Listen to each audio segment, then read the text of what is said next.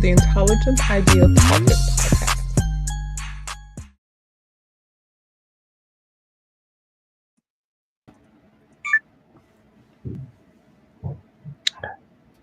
Hey, once again to another episode, the Intelligent Idea Talkers podcast. Yo, for the week of 1/26/2025. Thanks for joining us. Yep, I'm your host D. This is Juice. This is Zero. Yeah, man. Right. We back. We back for another one. Yep. We're back for another one, man. So, yeah, another episode, man. It's been a crazy week, I guess. Trump's been doing some stuff. Elon did some stuff. I got an honorable mention today. The Commanders. I'm a Commanders fan. We lost in the NFC Championship, but got to say congrats to a great season.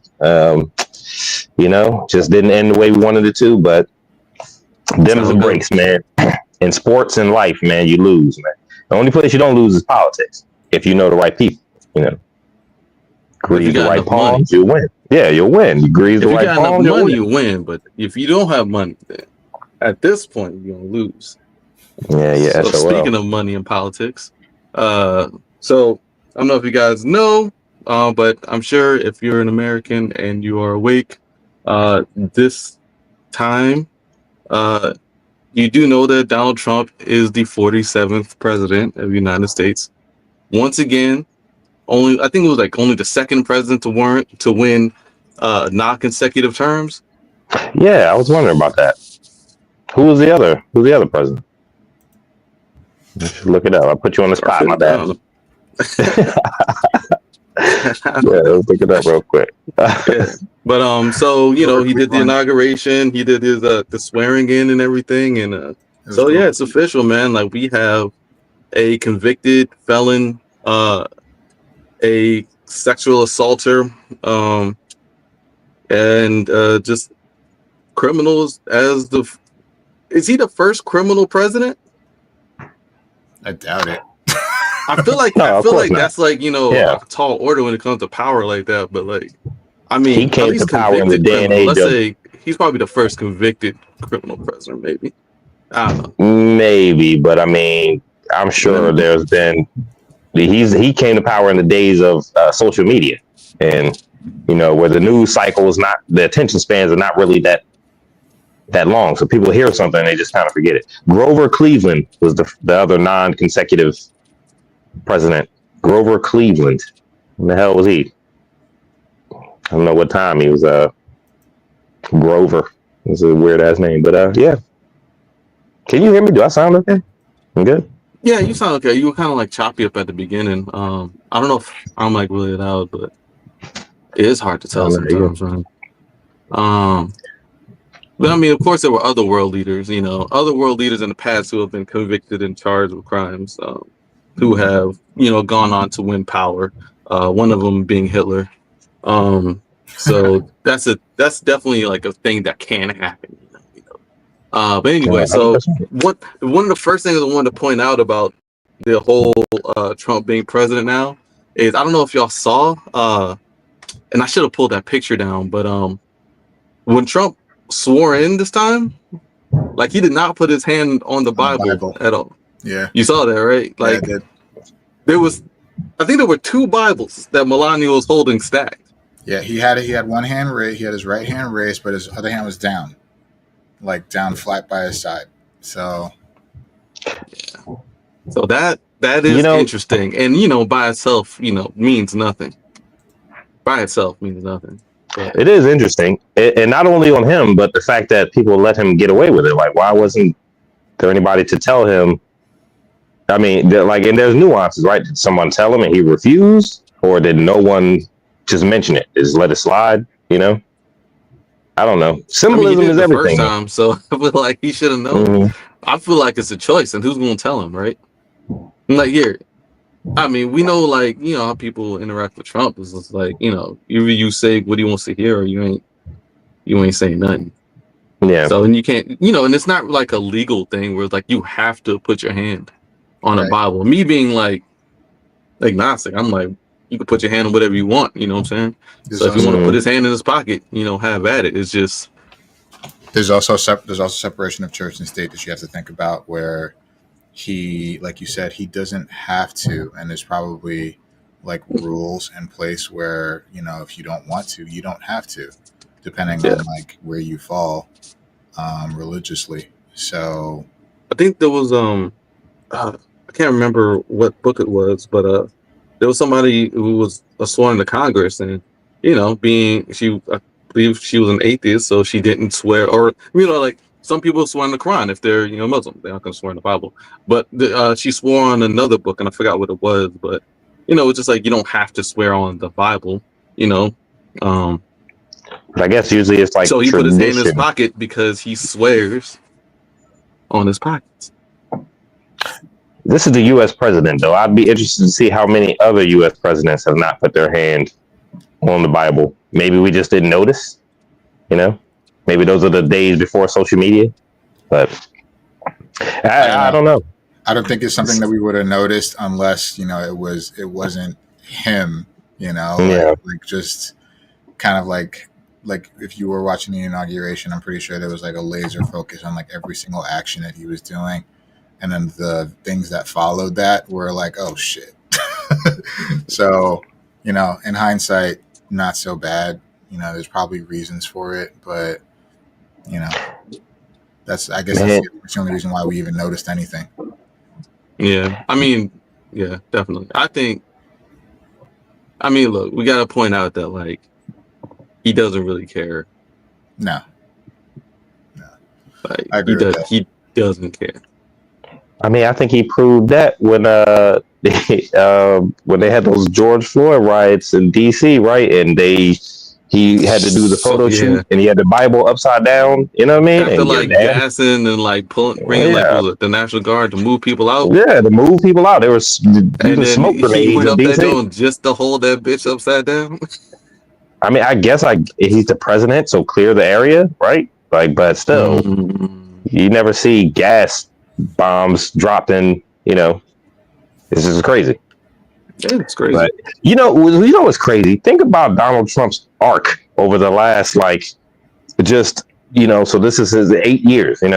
It's crazy. 9 years. Like, this guy went from just like a celebrity on TV to now he's like this pariah who's like loved by some and hated by others, and he's a political figure and like a world leader, and he's still the same celebrity Donald Trump that we saw on the news or on the show. So it's weird, man. This guy's had like a meteoric rise, man. Like, it's one thing you can't deny with Trump. His last 8 years of his life must have been crazy, man. We haven't even mentioned that he damn near got assassinated a couple months ago. Like the news cycle, that shit just goes. Now we're focusing on him not putting his hand on the Bible. This man almost got his head blown off. It's crazy. Wow, man. Yeah. That's Trump. But we know how he crazy. is. Speaking of assassination, like on like a better point, there was a clip I saw from like 2016, bro. And I had a moment where I was just like my insides twisted.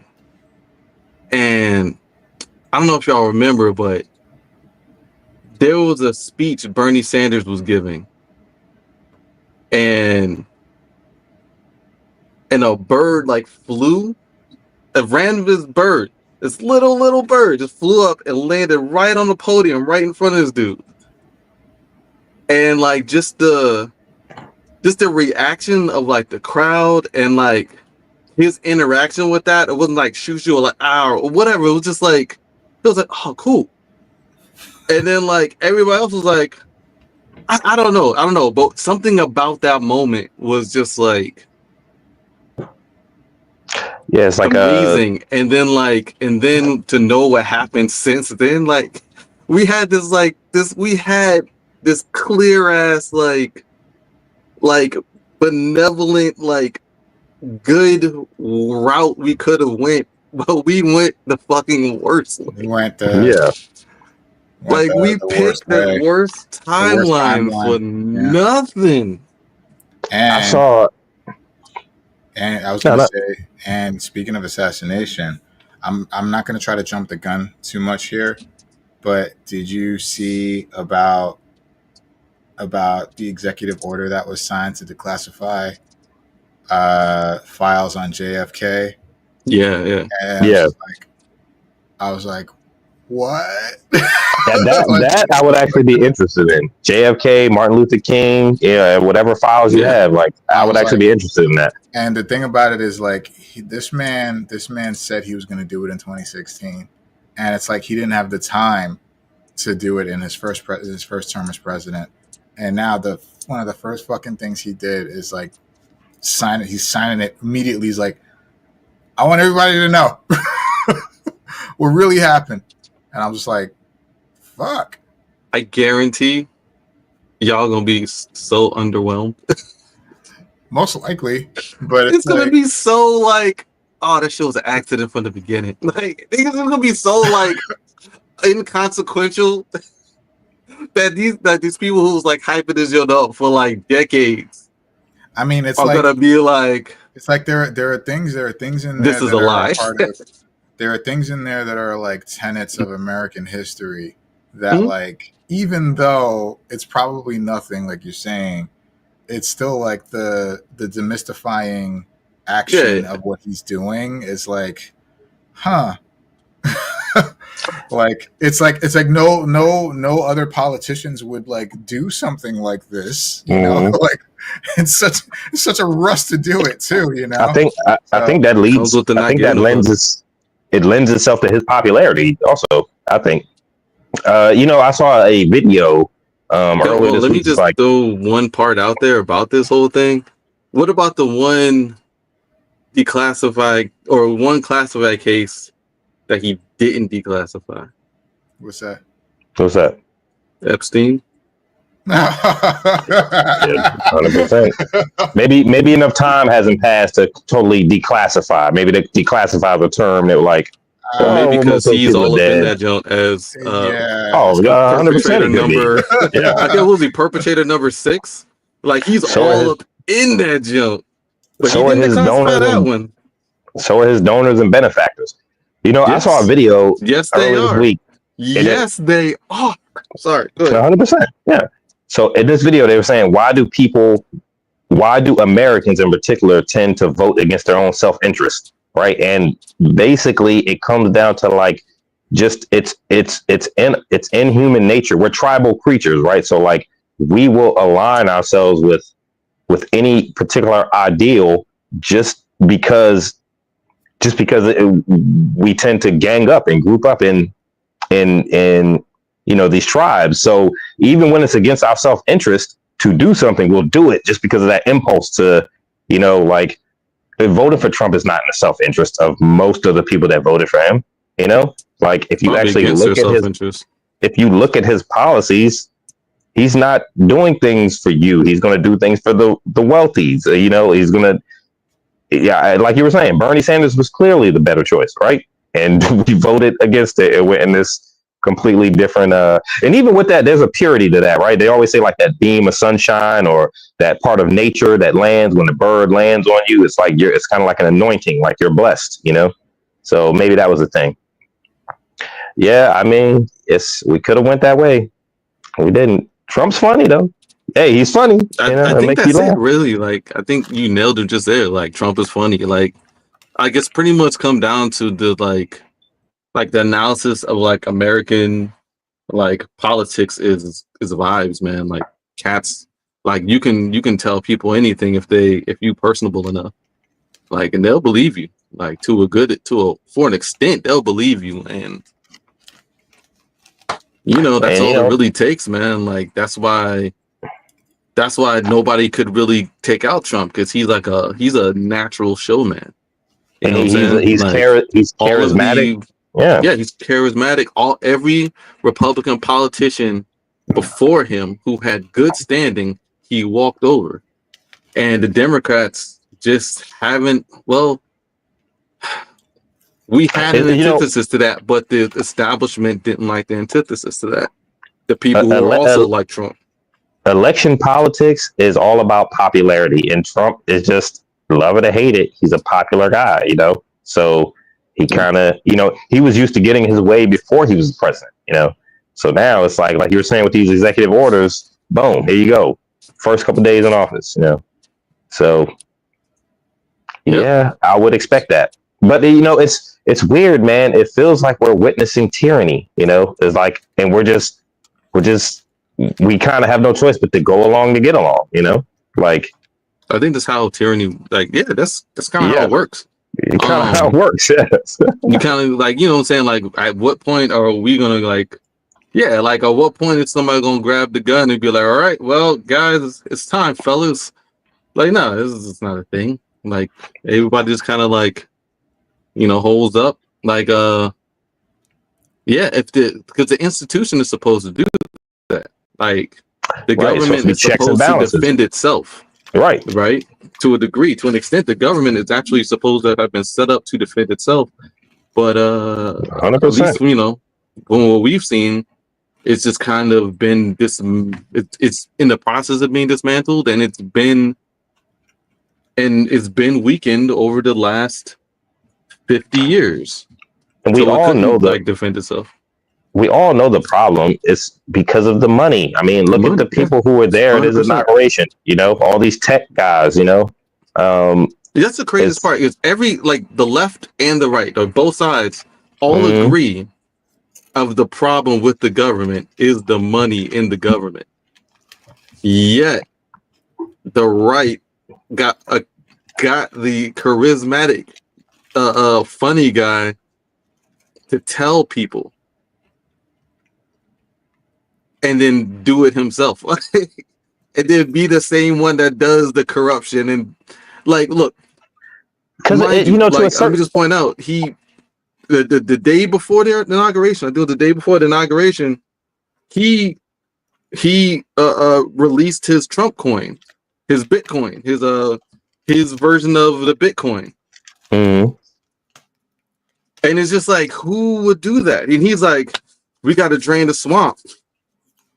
Buy this. You know what I'm saying? to drain the swamp, you got to buy this. And it's just like, and everybody's like, well. And now, what is he? He's in the top 25 richest people in the world. Mm-hmm. Off of that, or at least with the most wealth, right?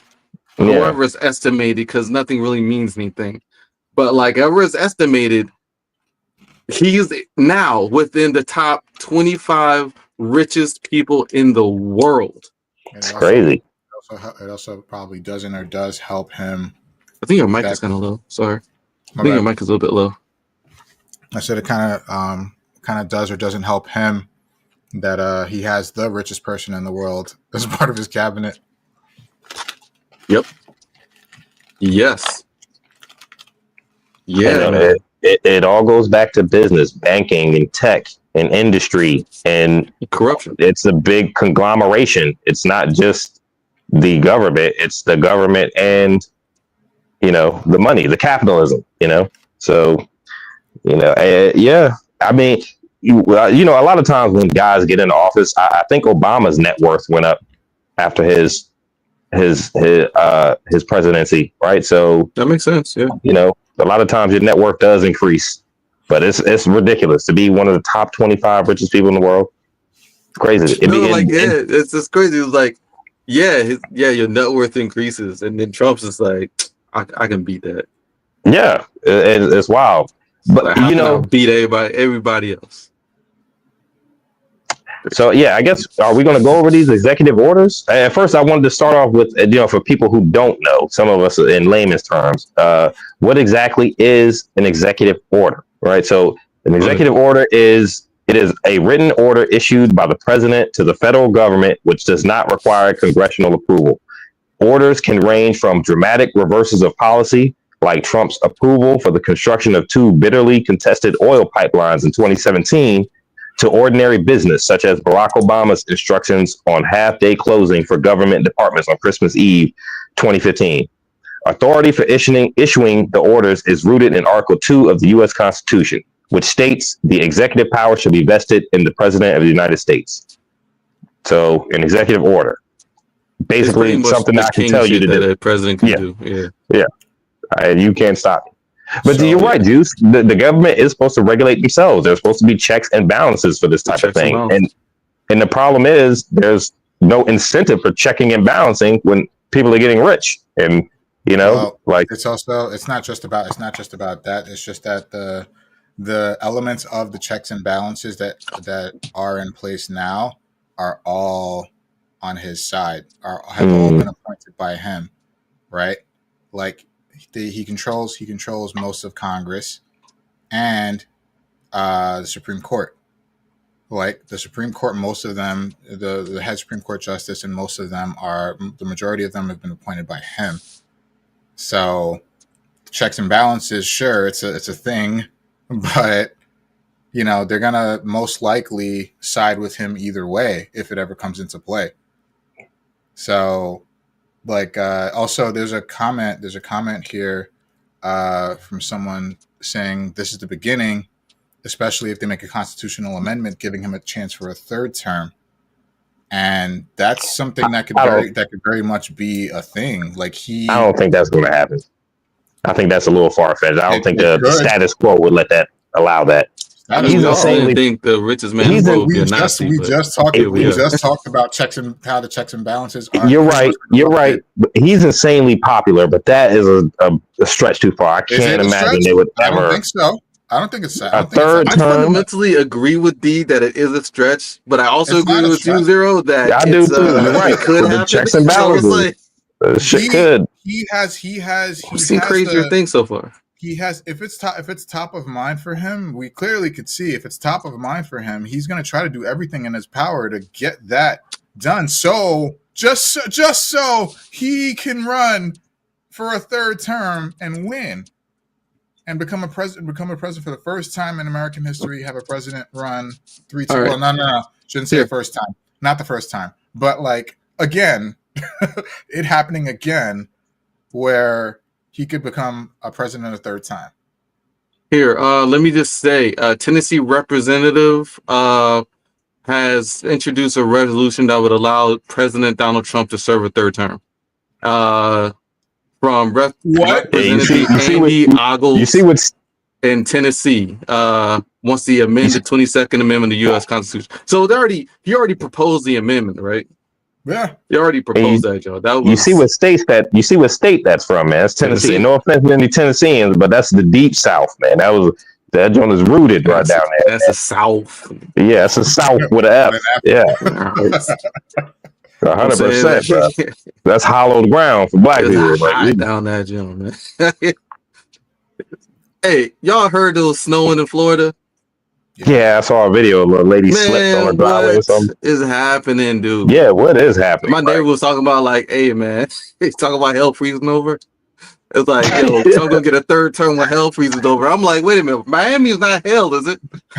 Like, well, let's be clear. What's happening?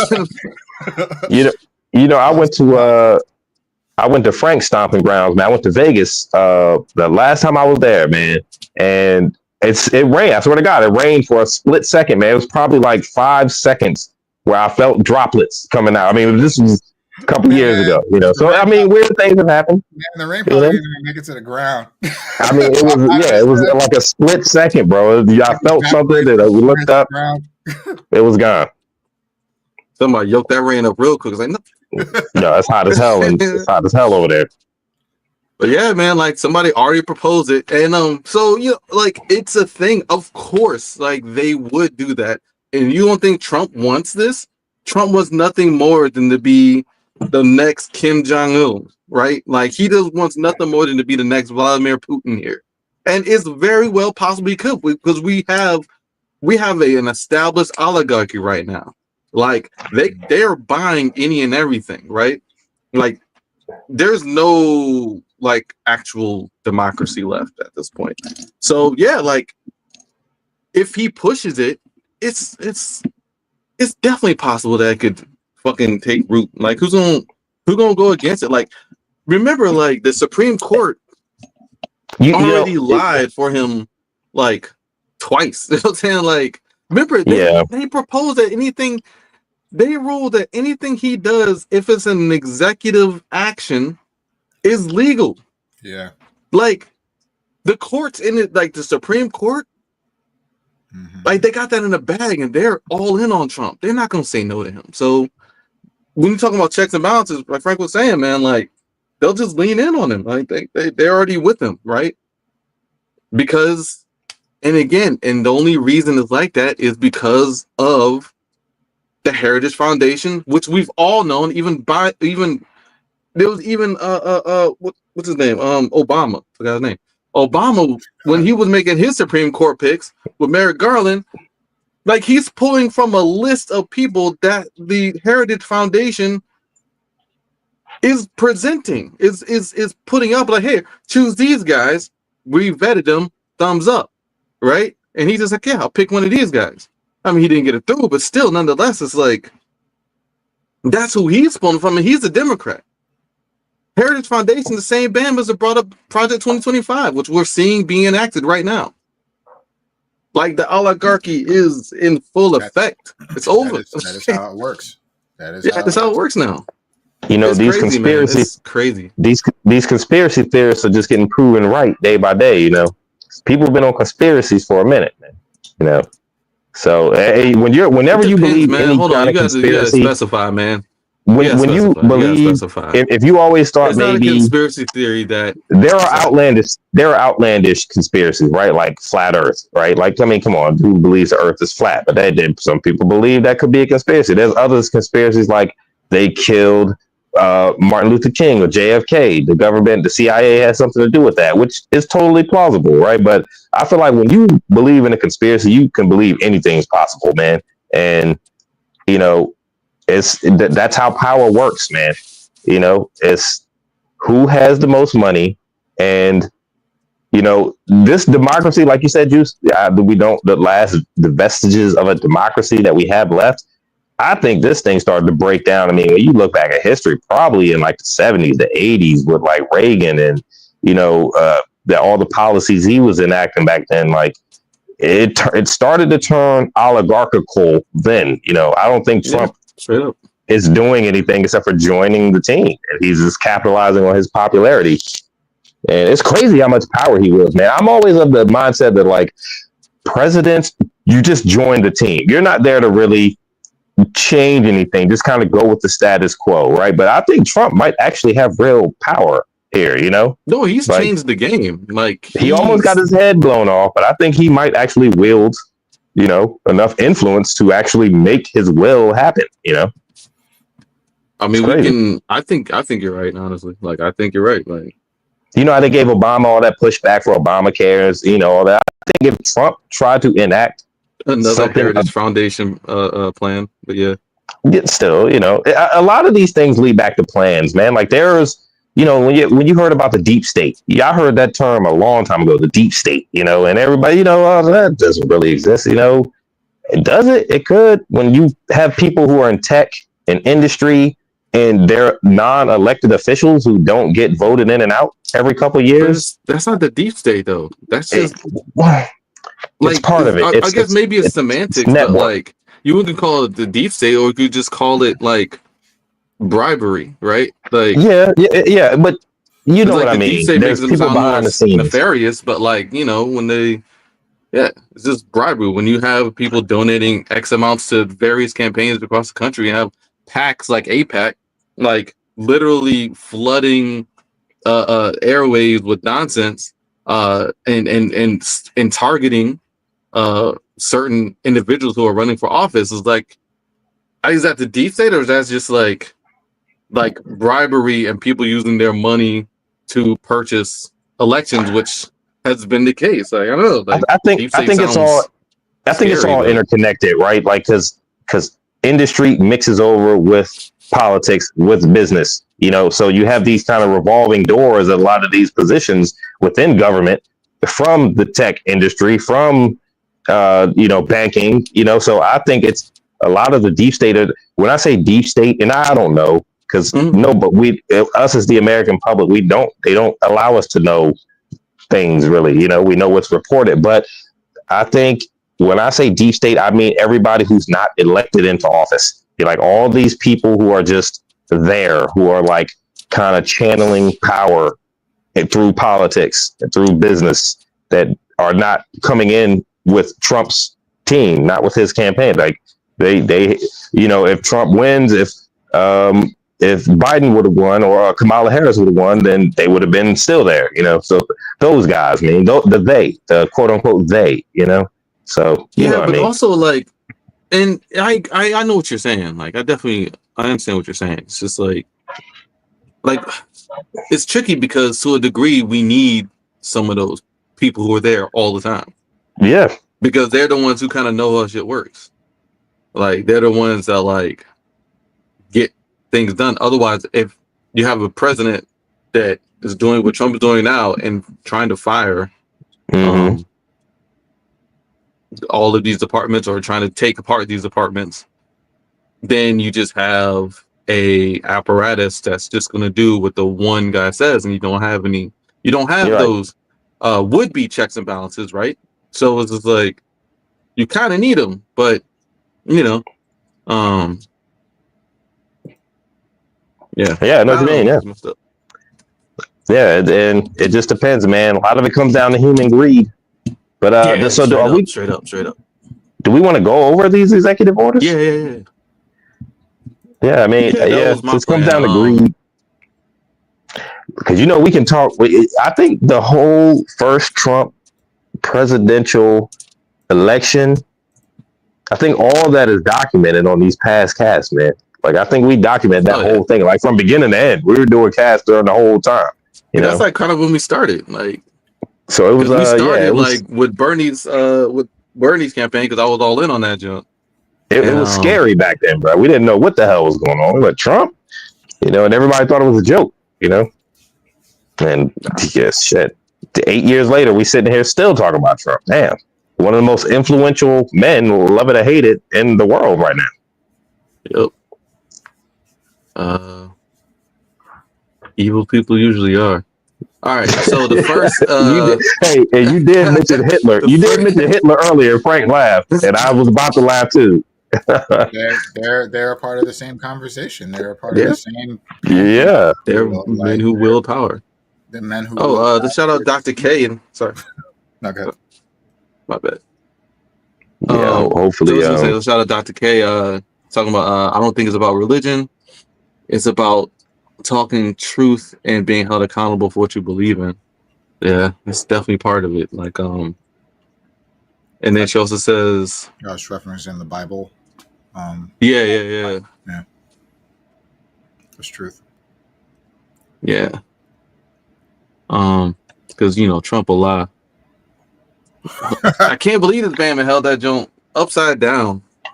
Yeah, held the Bible upside down. Thing is, like, we look at him do that, John. We're like, it's every single time he does something crazy, or you know what? It's not even just him. It's every time the right wing, the right wing. I gotta say, right wing does something crazy. Everybody's like, "Did they mean it like that?" Mm-hmm. Every time we're always like, "Yo, why would he hold the Bible upside down?" Isn't that kind of like definitionally sacrilegious? Like, isn't the upside down cross like one of those things that Christians look out for? But no, he's just like, you know, did he mean it like that? I'm sure it's just a blunder. Especially what they had done to get to that point. Up. Yeah, that was particularly egregious. That thing with the upside down Bible, though. Like, so we know where his head's at. Trump don't give a damn about religion. You know what I mean? But remember, like, I don't know if y'all heard his when there was a religious guy who was asking him about the Bible. And he's talking about like, all right, so what's your favorite verse in the Bible? Did you see that? Nah, he was literally like, I like all of them. He's literally like word for word, like, I like all the verses. Like, what are you talking about? Yeah, and he's like, okay, we got like one that's really, really, like, really speaks to you. And Trump is literally, he's actually like, you know, you can't really put one above the other. All right, so he has to get. So what's your favorite? You an Old Testament guy or a New Testament guy? And Trump is flailing. Right. Yeah. He's just like, you know, they're both really good. Like, but also, man, look, I'm the president, okay, or whatever. I'm the presidential nominee, whatever he was at that time. Like, don't be asking all these biblical questions, man. Okay, you got anything on policy or something? But his base are evangelical Christian, son. And that's straight the up craziest Christian part of it. Did you not see him hold the Bible upside down? You know? Yeah. Did you not notice Like, he didn't place his hand on the Bible this time? Did you not care that he doesn't know about talking about 2 Corinthians? Like, they do not, but they don't. They just believe what they want to believe because it's all vibes. And again, it's all vibes. I know we keep rounding back to this, but it's hilarious and it's like absurdity, I would think someone of Trump's background probably wouldn't be too. He made his money in real estate, right? His father made his money in real estate, so like you inherently because religion teaches you to be generous and to be forgiving, and those are inherently not qualities of capitalists because in capitalism you have to be willing to step on motherfuckers. You know what I mean? Like I'll throw a family out on the street to get that property. So he has no empathy. It's not programmed in him. Also, Dr. K said, let's not talking about how the richest people replace foreign dignitaries. So yeah, back to that. Like, it's the oligarch now, man. Like the rich business owners, the Elon Musk and the what's the dude's name? Facebook dude. Zuckerberg. You gotta glow up though. You gotta glow up. But and I don't think they care so much about revealing the oligarchical nature of the way things are now because what can we do about it? They control everything. They control, as far as all the important land. They just there's power there, and so I don't think they care so much about even doing things that could be seen as oligarchical, right? We're gonna throw around the word oligarchy a lot tonight. So yeah, they don't even care anymore. I mean, so you got Elon Musk. I can see Elon Musk attending the inauguration, right? But like, wasn't he sitting in like a prime seat?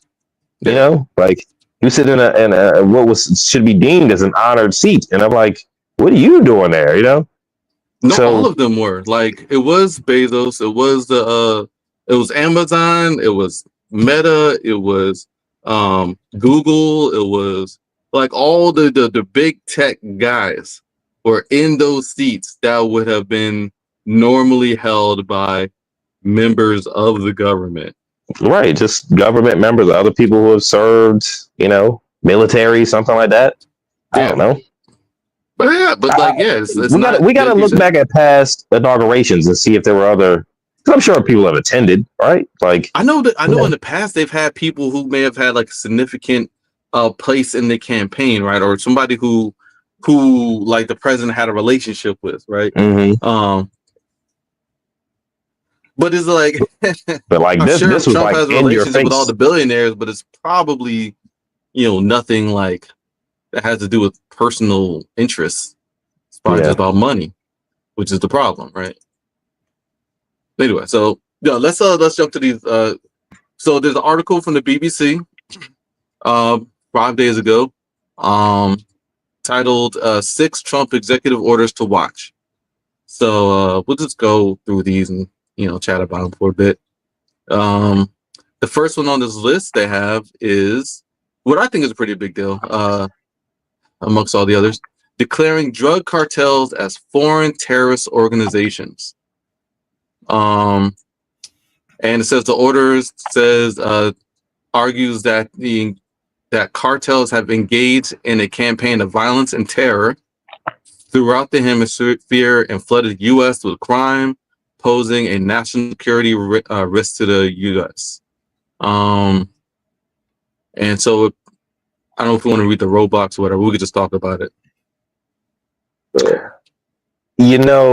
I don't have a problem with this one. I would say morally, right? But Mexico is right there. And we've all known that cartels have been a problem. I feel like if the U.S. truly wanted to stop the flow of drugs and that type of stuff into the country, they could do it. They could crack down. Mexico is right there, you know. So I think there's a lot of money to be made. But I would actually support this one.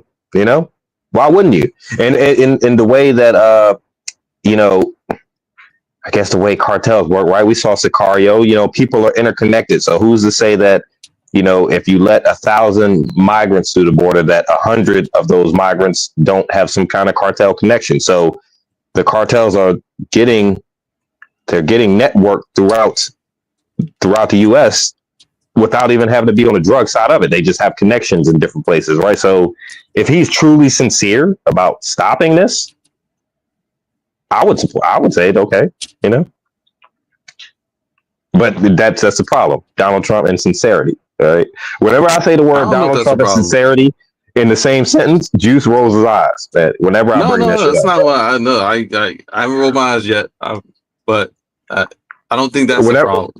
Oh no, Juice. Whenever I say the words Donald Trump, you roll your eyes, bro. That shit just like it's involuntary now, man. That shit just happens, bro. I mean, you are talking about the most evil man in the world alive right now, so you know, forgive me. You know what I'm saying?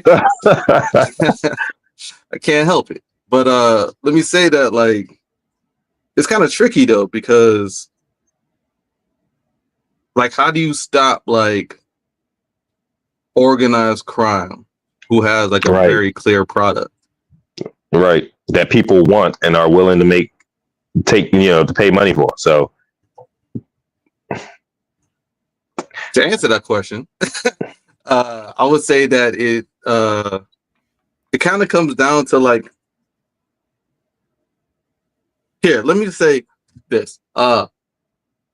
Waging a war against a cartel, a drug cartel, like, I feel like they've already done that. I feel like them being illegal and like being like having the whole war on drugs. Mm-hmm. I feel like that's what that was. And so instead of actually targeting the cartels, because you don't, good luck finding out who's who, you know. Right. How would you find out? Like I said, I feel like they've been trying that for the last 40 years. Good luck, but you know, you could keep doing that. But if you want to take out a cartel, like, the way to go about it is not going to be like the individual trying person to fight them, right? Going to war with this elusive ghost, right? Because you swinging at, imagine, and all they end up hitting is regular people, whether they're regular Mexican citizens or regular migrants, or there's regular American citizens, right? Who just caught up in this holistic crossfire. Like, we've got the textbook, like, we've seen it before. It's already happened. So like, I feel like they're using specific terminology here, and this is kind of what I've seen is like, so Trump's already talked about like remember the whole thing we were just talking about, how Trump's talking about like, oh shit, executive order, I'm changing the name of the of the Gulf of Mexico to the Gulf of America, and you were like, oh snap, he actually did it, I can't believe it. Other things he's talked about is going to war with Mexico. Yeah. So how would you go to war with Mexico? By declaring them harbingers, the same way we went to war with Afghanistan, by declaring ISIS like like the enemy. They're terrorists, so we got to go get them. So what do? We went to Afghanistan and we flattened it, trying to chase an elusive organization made up of civilians who get angrier and angrier as the more people who kill. That's what he's talking about doing to Mexico. You say the cartels. The cartels is the new ISIS, right? It's a new Al Qaeda. It's a new catch-all phrase for the bad guy we need to fight. And so when he's look, this is just me like guessing, but like the way I'm looking at it, the way I kind of understand it, is that this is just an excuse to actually go in and spin the bomb so we could buy more. I don't know, like blow up other parts, maybe take over the land. right? I don't know. Like whatever the reasoning behind it is. This is just an excuse to do that. I mean, I don't know. No, I hear what you're saying, 100%. I feel like that has a lot of validity to it. Like it's just a smokescreen just to incite war. And I feel like the way to fight drug cartels is not this way. It's the other way, in the other direction. But that's highly improbable, where you affect the pockets, right? Like you tell all of Mexico and American states and counties associated, stop buying drugs. Stop buying drugs, and then in order to do that, stop doing drugs. And it's like, well, shit. Cognitively, that's insurmountable. Like you cannot because people like getting hot. But the product sells itself. Yeah. But that is like the way to do it, right? Like you hit them where it hurts. Where it really hurts is the pockets. But like the amount of effort for that, and just again, like just a paradigm shift in thinking, there's no fucking way. But this way of trying to just go directly at the cartels, we're gonna get rid of them all. It's like, might as well flatten Mexico. Yeah, that's the goal. Yeah. Like might as well just get rid of Mexico, and then that'll get rid of them all. And it's like, fuck, So yeah, because it's like, all right, I hear what you're saying. Yeah, because like I feel like we're halfway there. Well, we were, I mean, it ain't gonna go nowhere now. But like with the whole legalization and regulation, man, like we've seen this before, dude. Like we had it with marijuana, right? We had it with alcohol, man. It's the same thing. Like if you want to take out the cartels, there are no more bootleggers. Bootleggers is a brand now because it's fun and hip. There are no bootleggers anymore for the sole reason because we decided to take this poison, alcohol, call it what you may, but it is poison. Shit ain't good for you, but we love it. And we legalize it. We regulate it. We put it on shelves and made it available for people to buy at a reasonable price. And we put laws surrounding it. Don't drive drunk. Your ass going to jail. Or, like you put stuff around it. And that's how you get rid of the cartels, right? Dr. K is talking about it's not really Mexican cartels, but more about MS-13 and other homegrown gangs. But I feel like that's still like all catch-all, right? Like it's all just the bad guys, right? The cartels is one phrase, like call them the Bloods, call them the Crips, like they was they was selling drugs too, right? It's like this is just part of the network, right? The Hell's Angels fucking selling drugs too, right? Like it's all the network. These are the distributors, but like you got the roots of like the source of these illegal drugs is always going to come down to them being illegal, man. Well, and I know it's hard to say, but like, hey, legalize cocaine. Niggas is like, whoa. You know how bad that is? Right. Yeah, because like, at the same time, you legalize weed. You go down the street, you smell people smoking weed. Okay, they're smoking weed over there. You don't want to go to the mall and have your kids there when they legalize cocaine and people are high off cocaine or heroin. So I don't think legalization is necessarily what's the worst case scenario of your people kid will abuse that shit. Wait, what's the worst case scenario of your kid encountering there crackhead? There are levels that's to legal drugs versus a crackhead that's illegal.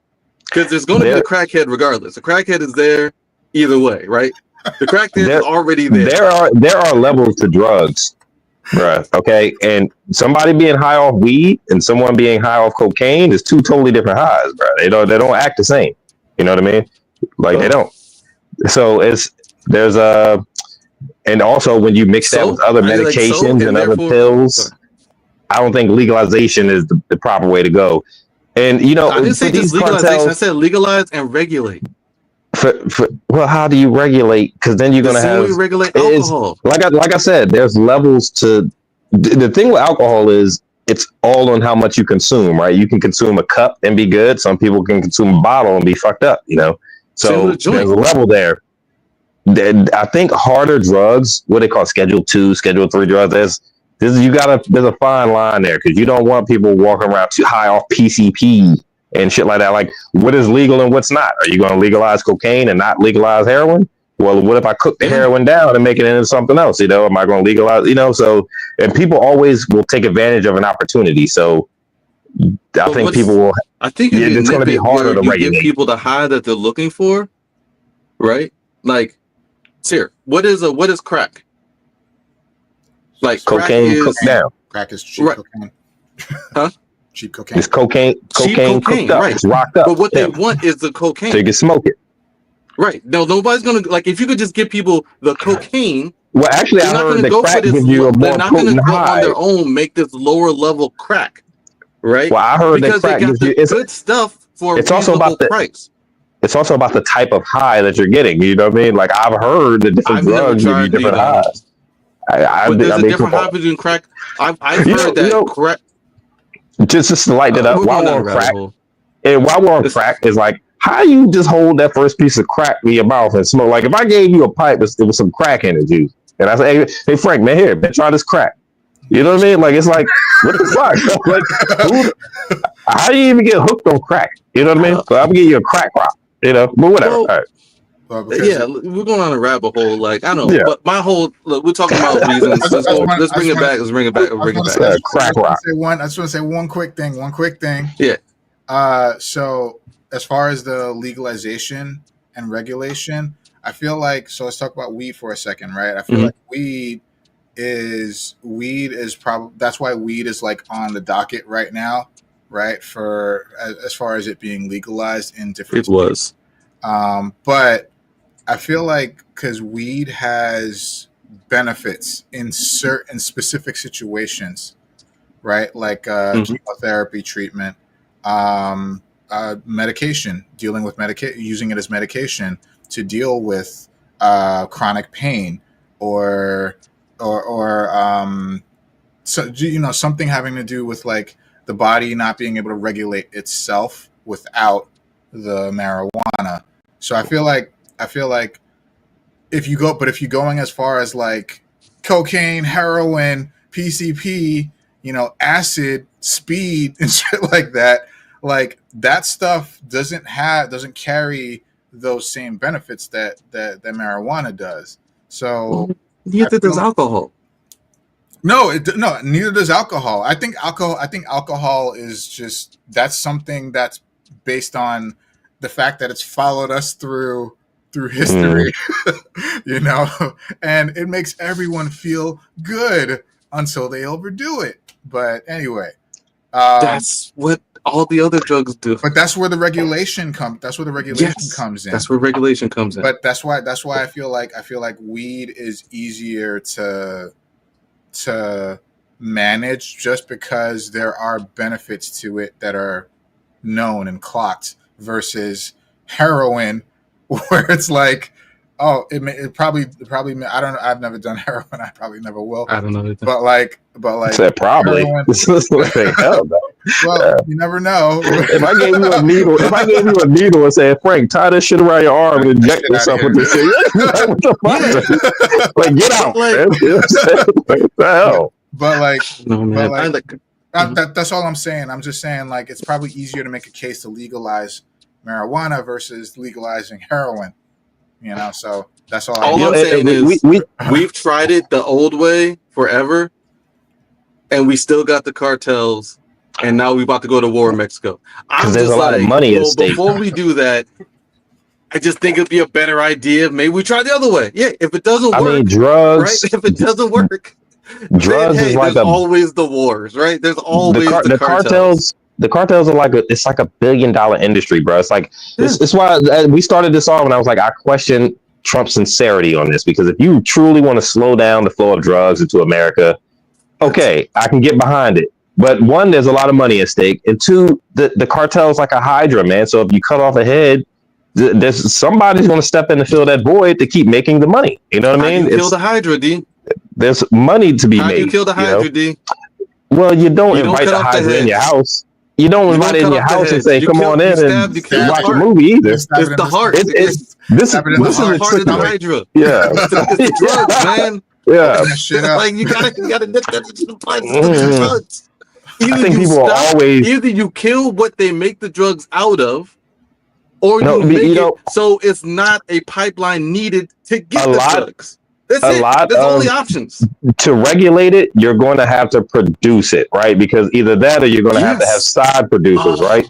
A Imagine lot of the how many ingredients to fewer people produce would those die from drugs come from overdoses. Mexico and South American and countries.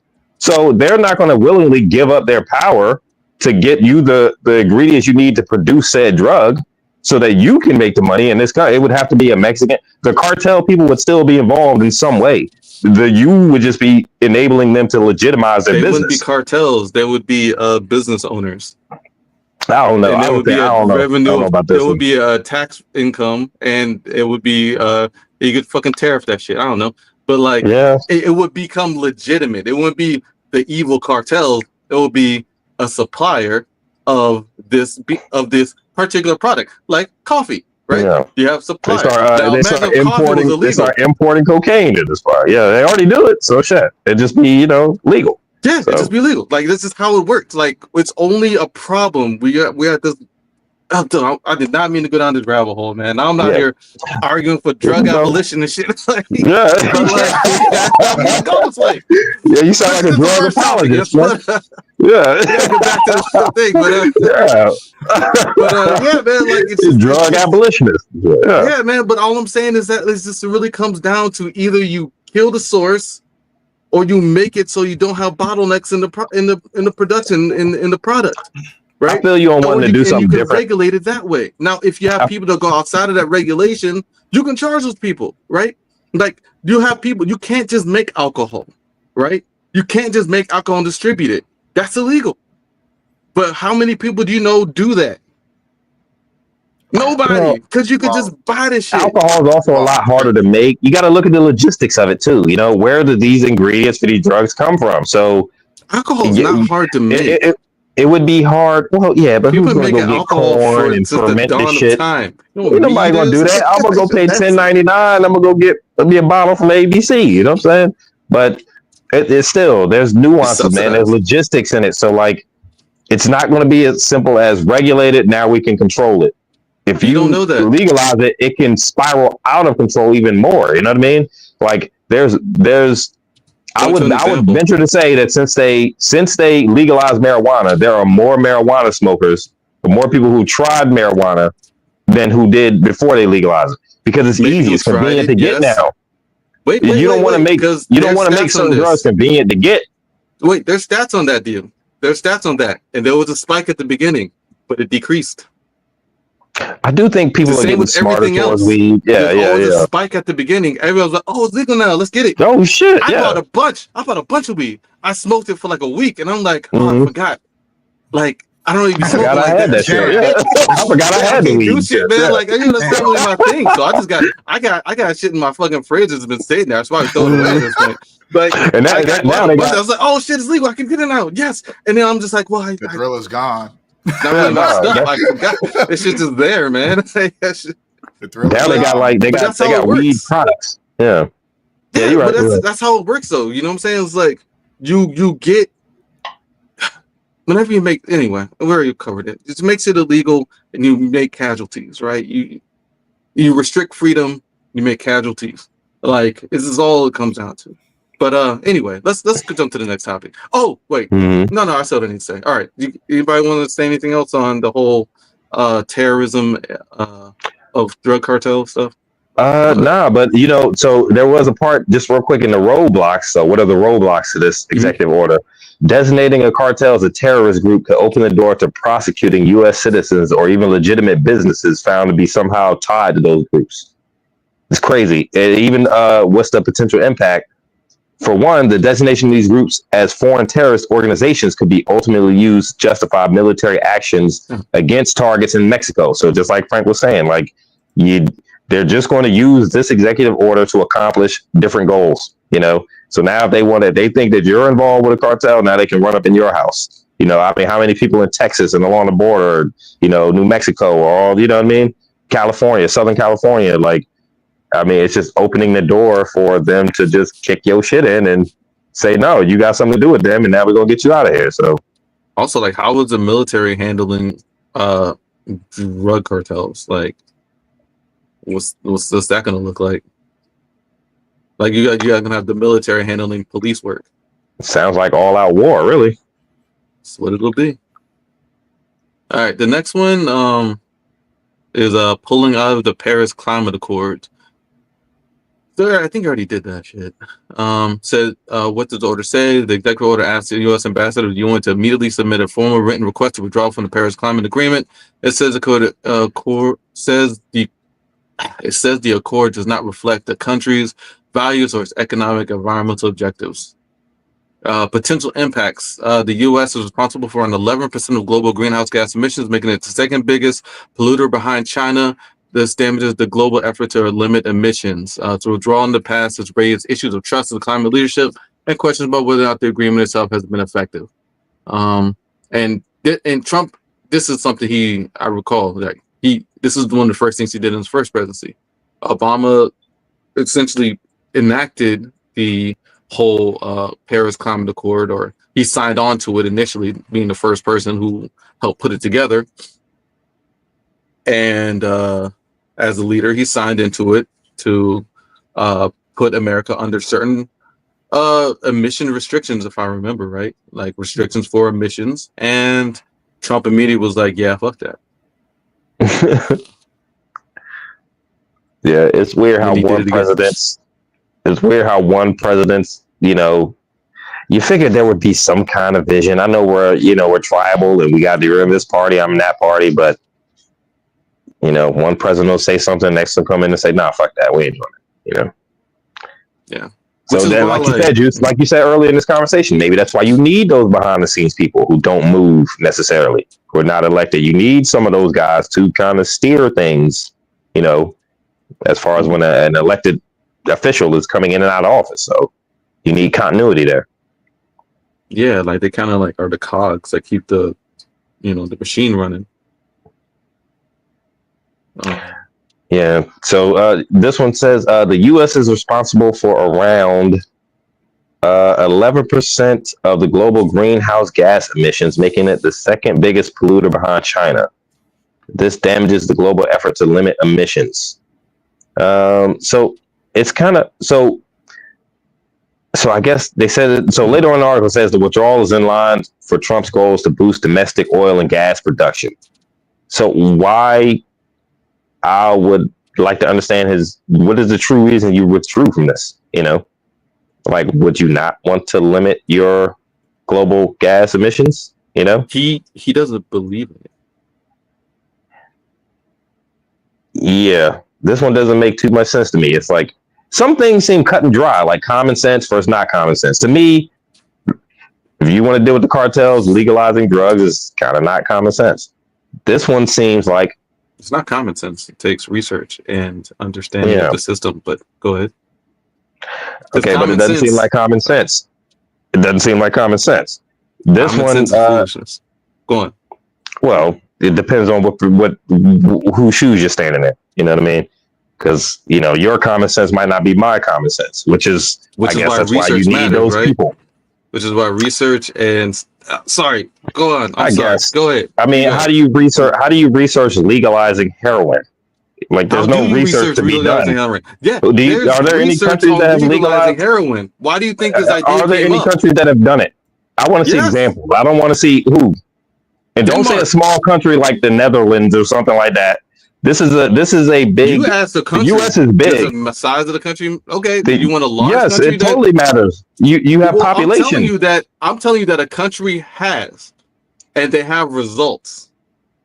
They always, whenever they do these things and these, they'll say something. They'll be like, "Oh, well, Denmark did it." I'm like, Denmark is like a third of the size of the U.S. Man, it doesn't always work that way. There's a bigger impact where it only might have affected a certain country 15% of such and such whatever statistic. It might affect the U.S. 35% of the same statistic because you have more of a population. So you want You're just Well, that's kind of like not really reasonable, is it? Like, I don't think that's reasonable to be like, hey, we have research, we have. So you want to legalize?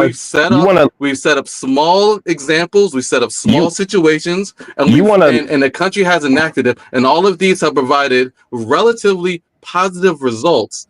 And so you want a country as large as the U.S. because you didn't do it with. You want a country as large China to do it, like. You want a country as large as the U.S. to legalize a highly addictive drug? You forget these drugs are addictive. On to another topic now. Okay, well, I'm saying is that what I'm saying now is that the current situation is not working. You got to remember, these drugs are addictive, juice. People kill for these things. Alcohol is addictive. Niggas die from alcohol poisoning, and niggas die from alcoholism. All the time. True, 100%. But it ain't heroin. They don't die from. That's why they have scheduled drugs. Is being in jail from drinking alcohol. All right, we gotta agree to disagree on this one. I mean, but you don't have. Yeah, I'm gonna ask you to agree. I don't. So it's okay. I'm just saying, I got some evidence. And common sense is foolishness.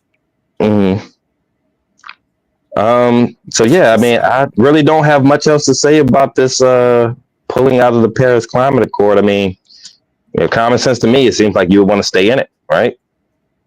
I don't know much about. You don't believe in it.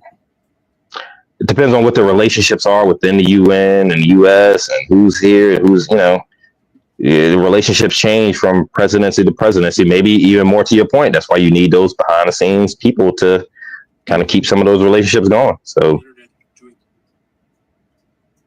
Dr. K here says Trump and Republicans don't believe in the climate change. Therefore, the Paris Accords are nonsense. Yeah. That's their ideology. To Republicans, it's common sense that climate change is nonsense. How do you not believe in climate change? Research on climate change, the doctor or the scientists who study climate and the scientists who know how to read the data all say, hey, this is a problem. And I think we're actually seeing the results when I mentioned earlier, it's snowing in Florida, but they're like climate change is a scientific proven, observational fact, whereas other common sense things like drug legalization is not, where you're dealing with people in society. You know what I mean? Like one can be proven over the other. You know what I'm saying? Climate change is not a fact. Bro, 100%. Like the climate around the world. So you don't believe in climate change? No, I think it's happening. It's not a fact because it's still a theory. It's a phenomenon. It's a phenomenon. Fine. Right. Sorry. But like it's something that's it's happening, and you can look at it through the lens of this is happening because it's climate change. But I'm sure some people think it's a fucking Anunnaki coming back, right? So it's not like, hey, we've observed it before and we've experimented up and we've seen this happen in these contained situations. Therefore, this is a result of our research and understanding. This is definitively climate change. That's not what it is. There's people looking at data, researching and understanding that data, and then drawing the conclusion that this is a problem. We're going to call it global warming.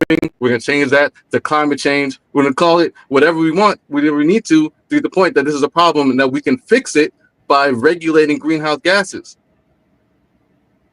But like, common sense to them is like, well, God put people here 6,000 years ago. Therefore, why would God warm up the earth? That's common sense. I mean, I guess not to me and you, it ain't. So I guess their common sense is not. I guess their common sense is not our common sense. You know what I mean? It is what it is. But you need those people behind the scenes to maintain the relationship. So I'm sure there's still, maybe the next president will come in. If Trump doesn't get his third term, then the next president will come in and join it again. They said, so didn't Trump end it earlier and then Biden rejoined when he became president? Yeah. President Biden rejoined it shortly after taking office in 2021. Yeah. Okay. So one president says no, the other president says yeah, the next president says no. It's the way it works. I'm sure those relationships are still maintained. I don't know how much of an impact this is going to have. Maybe it's just Trump trying to prove a point. I'm going to do it just because I can.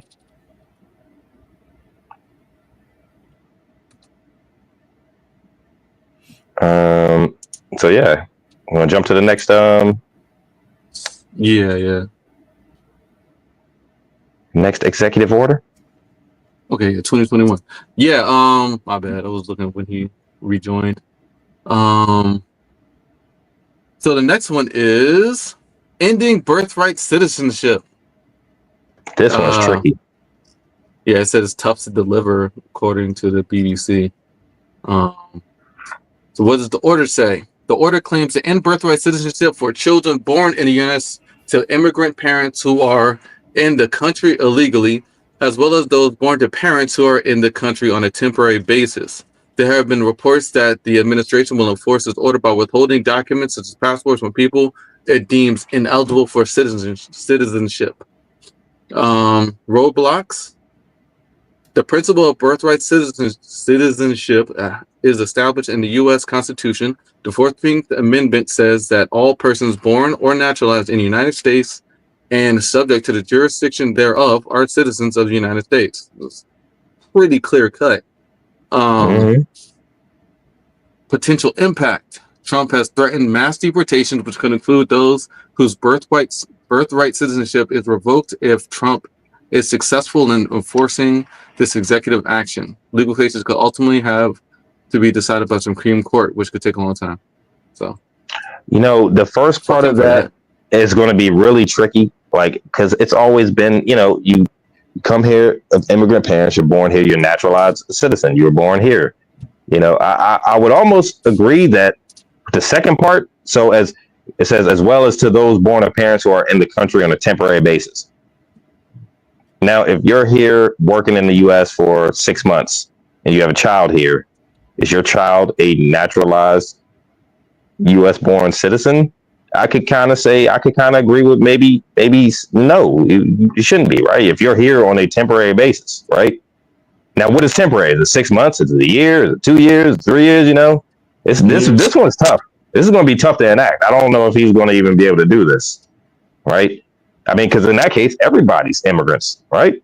We're all immigrants. I think that's the end goal. Yeah. I think that's the end goal. Thing against Mexico. Look, if you ain't been... That goal is what? Get rid of everybody? Right. So, how long do you have to be here to be a citizen? Get rid of the people you don't think belong here. Yeah. Right. 100%. And that's not going to be not going to be the immigrants from the UK or Norway. He's got a thing for Mexico. From fucking Mexico. Yeah, he's Africa, got a thing for Mexico. Haiti, and it's going to be all in India. Indians think Indians is going to get caught up in the joint too, man. Thinking they ain't going to be caught up in that joint, but they don't like you either. The Asians. Gonna be all the ones you think they ain't supposed to be here, which they gonna be determining by what you look like. I believe that's my interpretation of it. This is gonna be a tough order to enact. Of Trump's interview with Sean Hannity recently. This might be tougher than the cartels, because I think the cartels is more of an end game. There's a reason. I don't think they're truly going after the cartels. I think there's an objective that they want. They want to be able to more control the border. This one right here, denying people citizenship is going to be tough, because then you're going to the Constitution, right? And the 14th Amendment, all persons born or naturalized in the United States are subject to the jurisdiction thereof are citizens of the United States. So this is constitutional, man. This is not based on your opinion of who you think should be here. You're going to have to actually amend the Constitution. Notice the last line. It said, legal cases could ultimately have to be decided by the U.S. Supreme Court. Damn, man. Frank just said he controls the goddamn Supreme Court, man. Damn, man. Trump got this shit on lock, bro. I see why y'all hating on Trump, man. Or Juice is hating. No, Juice is always hating Trump. No, I'm not even hating on you. Hate Trump, bro. This goes back to 2016. This is deep rooted right here, man. Hey, I'm also not a fan. So I'm not either. But generally, I wouldn't say I'm a fan of any president, right? Because Yeah, not a fan, but we see what the problems are, and they know this too, motherfucker and evil. they work for the establishment. Dr. K says citizenship. A judge in Seattle has already stated that he was unconstitutional. So yeah, it's crazy. That's going to be there's a path. There's a path there. There's an opening there that it could be. I don't see him. It could be deemed unconstitutional, and it could even be beyond like his level of power. That if it's found unconstitutional, there's ain't shit he can do about it. Mm-hmm. But yeah, but again, it can go to the Supreme Court, like, and all they had to do was like, but we're gonna add an amendment. Aren't amendments created through Congress? Yes. Amendments go through Congress. So, right. Okay, so yeah, all right. If that's the case, then yeah, it might be a harder. Yeah, it might not be possible. All the Supreme Court can do is deem it constitutional or not. Okay. As far as whatever's trying to be passed as an amendment. Now, I don't know about the case of an amendment of an amendment, because that's also the amended amendment. Yeah, that's also a thing. It could be they could rewrite the amendment, but I think it's probably the same level of power. Yeah. Either way, he's evil for proposing this shit.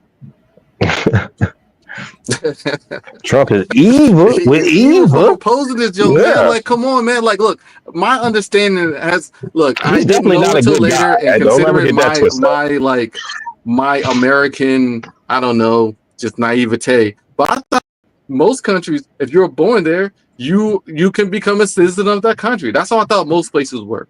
Apparently, not every country is like that, which fine, makes sense. But America is like that. And it's been ingrained in me since my birth that was one of the cool things of America. It's like you come here to start a new life, and your children are citizens. Huh?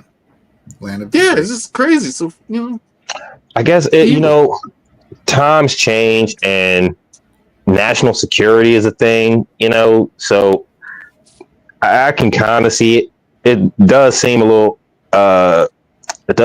oppressive, right? Like, how do you, I guess if it's as long as it's clear cut and dry, I don't know. There's no way to support this shit.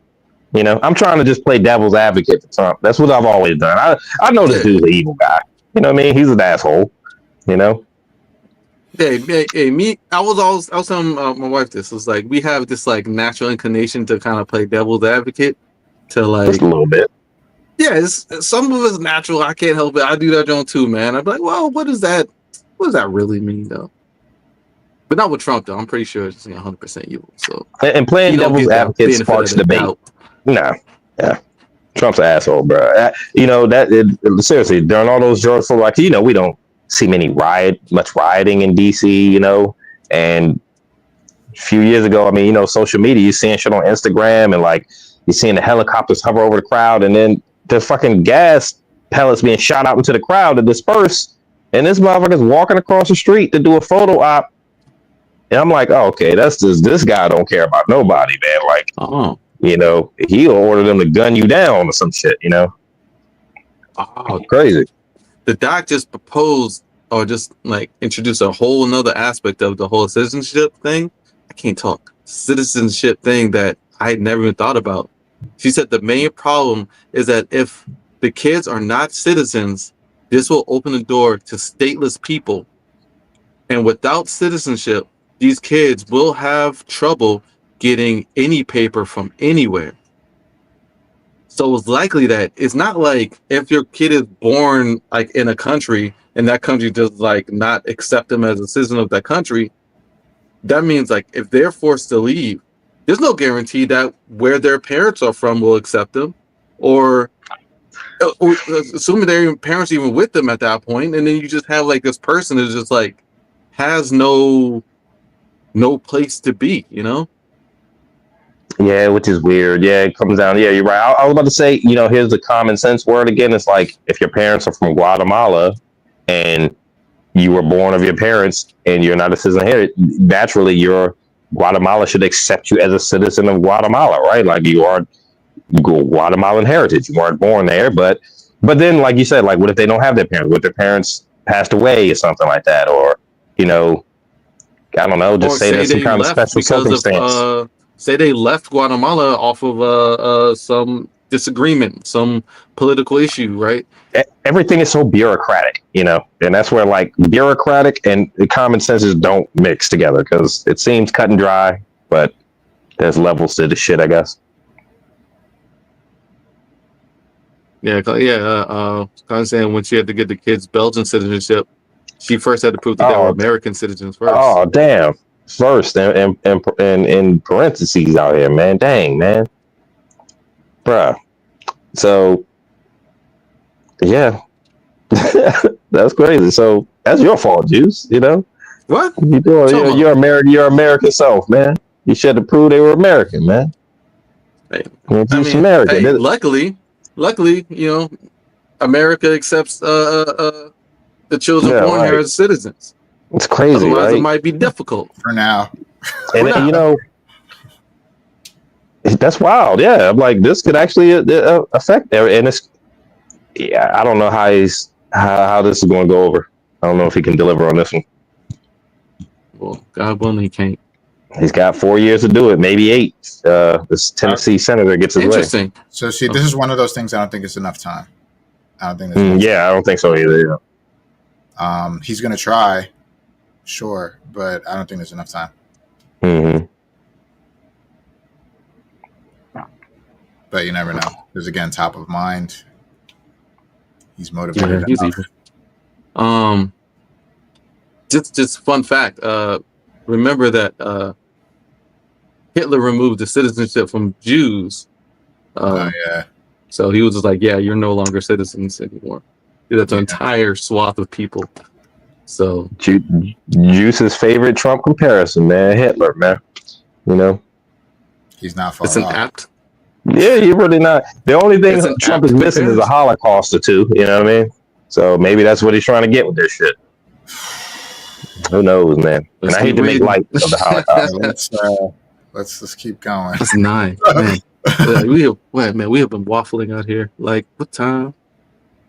Oh man, it's been an hour and a half. Let's just blow through this because I still want to talk about the Nazi.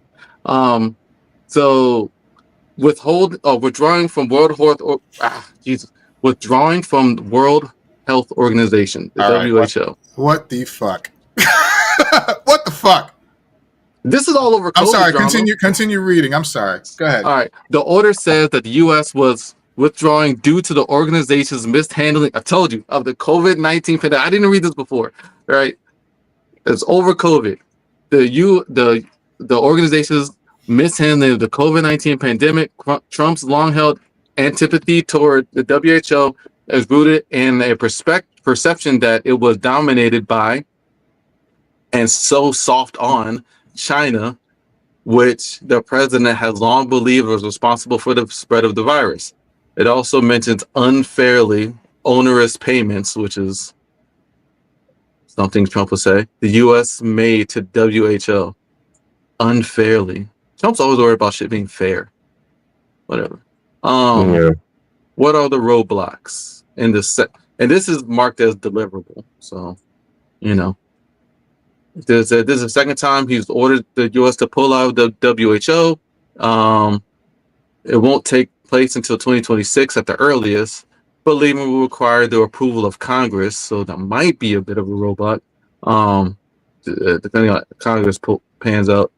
On paper, the Republicans have a majority in both House and Congress right now, but their numerical advantage is slim. It will only take a few Republican defectors to potentially block the move. What is the potential impact? Catastrophic, disastrous, damaging is how some global public health experts are describing it. It's possible that the funding could disappear almost overnight, and that could have an impact on the ability of the WHO to respond to emergencies. So there's other stuff here. But remember, if we have a zombie outbreak, the WHO is going to be the first ones on the scene, right? So we kind of need them. Y'all remember World War Z?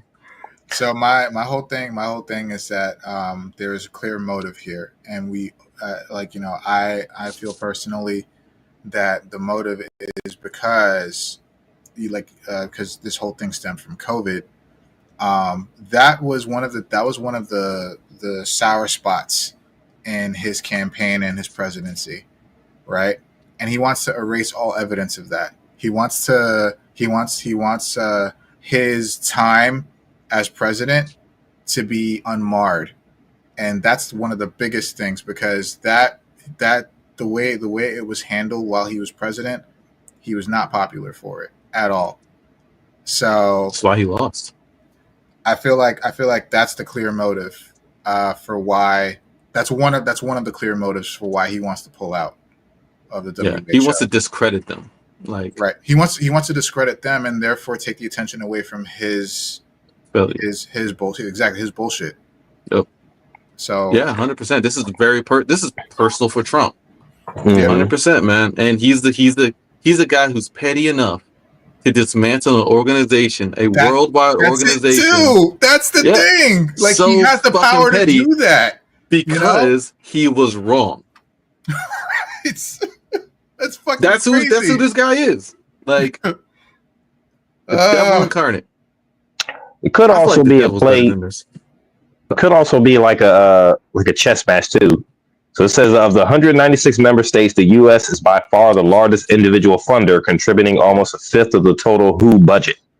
So maybe it's some posturing going on. Maybe just, hey, if you don't. And so he pulled out in his first term, or he tried to enact pulling out in his first term. Mm-hmm. Was I reading that right?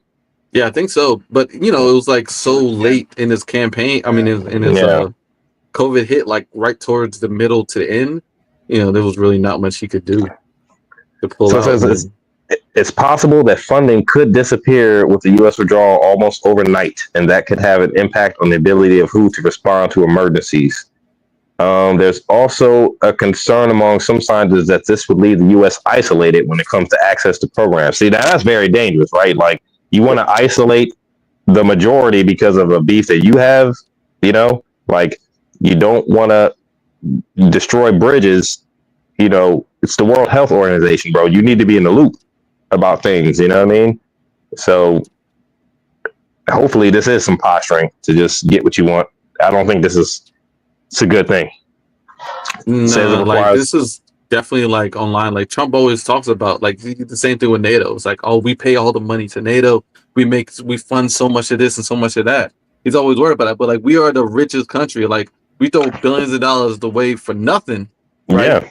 As opposed to, we have these collaborative international agreements and organizations. If we were to fund anything, it makes sense. WHO and NATO are probably one of the ones that we should probably be funding. Definitely more so than whatever they about the $5 billion they're talking about putting into crypto. But that's a whole nother 100%. Thing. Or AI. But the $5 billion is talking about putting into AI and crypto. It's going to be crazy. He's a rich capitalist, and they don't like to pay their fair share. If they did, then people would be paying a higher tax rate. In the U.S., the rich people would be paying a higher tax rate. So, he don't want to pay his fair share. We are the richest country in the world, so you should carry the heaviest bill. They already don't pay their fair share. But yeah, you're right. Mm-hmm. Yeah. Oh, that's, again, man, petty ass Trump. Oh, next one. We talked about this briefly, but renaming the Gulf of Mexico. Hard bars, bro. This is the hardest. This is by this far is the least thing I've ever thought about my entire life. Just from a standby, at all. On the sidelines. This is the hardest executive order of this whole list, bro. This shit is like gangster. This is gangster stuff right here, man. Like, not only am I going to war with y'all cartels and regulating the border and sending all y'all mothers back home, I'm also renaming the Gulf, bro. Say, oh, hold on, man. Is the world going to recognize this? Say, let's read this. So the order calls for the Gulf of Mexico to be renamed the Gulf of Amerikkka. That shit just sounds funny. Right. This shit is hard, the Gulf of America. Okay, sure. Trump can change the name of the Gulf on official U.S. government documents. You can This change has all the happened on documents. some documents already, including the weather update from Florida's Republican Governor Ron DeSantis, which refers to an area of low pressure moving across the Gulf of America. Yeah, Oh, damn. Wow. What are the roadblocks? Roadblocks. Trump can't force other countries or Okay, companies to change the name. For example, it's currently still labeled the Gulf of Mexico on Google Maps. Right. Hey, This was a kiss. Google was at the fucking inauguration, set up on the front seat, the Google boss, Yeah, they you're might right, update that shit. bro. This is like the They're most not gangster one. resistance. This is the most gangster Potential one. This was impact. There's no formal international agreement for the naming of maritime seas, although there's a body that seeks to resolve disputes if raised. So Mexico, which he will defund if they disagree. So Mexico could raise an official dispute, and allies of the U.S. and Mexico could be caught up in a diplomatic spat between two countries. In response to the order, Mexico's president, Claudia Sheinbaum, said that the U.S. can call it the Gulf of America, but it won't change what Mexico and the rest of the world call it. Yeah, there we go. Metric. Damn. Well, still, that's definitely his coolest. This was a kiss my ass executive order from Trump, bro. You know what, man? Kiss my ass. Yeah. Trump was probably drunk one night. He got home. He's like, man, I'm about to change the Gulf of Mexico, man. Yo, they real said, shit. man, no, Like, you where not. did this come from? They said, no, you not. Man, stop, man. Come on, you playing. He said, watch. I'm going to do that joint tomorrow. I'm writing the executive order. I'm going to do it. I could not tell you where this is coming from, man. This shit was a dare. This shit was a dare, man. I know. Like, But, I did not know this was this was such a concern, right? Like there are clearly other things that we could be focusing on. Yeah, like don't we have like gay people to hate? Like why? Let's talk about like the Gulf of Mexico. Like what is wrong with the name? So like why is it affecting you so much that you feel like you want to change it? He just like Mexico. I can't stand Mexico. This was purely I'm gonna do this shit just because I can. That's what this was. Man, I should write an executive order for that, John. Like, I bet you this was a dare. I bet you somebody dared him. So I dare you to change the name. He said, "Now I'll do it too." Damn. Or diversion. Diversion to, well, is it to add to the point of trying to flatten Mexico? Yeah. No. Like it's just like I released this executive order to because remember the cartel one is kind of coded. Yeah. The cartels, like we're going after the cartels, but it takes some analysis to realize that if you go after unofficial criminal organizations in another country, you end up demolishing that country in U.S. fashion. But hey, look, we changed the name to Gulf of America, and everyone's like, "What? That's crazy. Why would he do that?" Meanwhile, get the troops over there. Maybe weirdly enough, this is thinking ahead, right? Like maybe their intention is to flatten Mexico, get rid of it, and then just who needs Mexico anymore? America, right? They already got the name change in there. It's always gonna be just Latin America, except they're not gonna be allowed to speak Spanish anymore. God. Damn. They're all gonna have a Tennessee dialect. Well, Trump, kudos, sir, because this was your coolest executive order right here, man. Just from a pure joking standpoint, man. This was crazy. Was nonsense. This shit was funny. Pure nonsense, dude. I mean, because he said it a couple weeks ago, Gulf of America. I was like, what? The Gulf of America? I bet you this shit was a dare. I bet you somebody bet him or dared him to do this shit. And he was like, I'm going to do it. I'll do it. Don't watch dares. Look, everything this motherfucker say he means. Like, y'all think he don't be meaning shit when he be saying it. Like, everybody I don't mean that. I was completely shocked. He means everything he say. I was shocked when he changed this. That shit was official. Like, what? He doesn't have the filter to like really lie like that. He's a bad liar.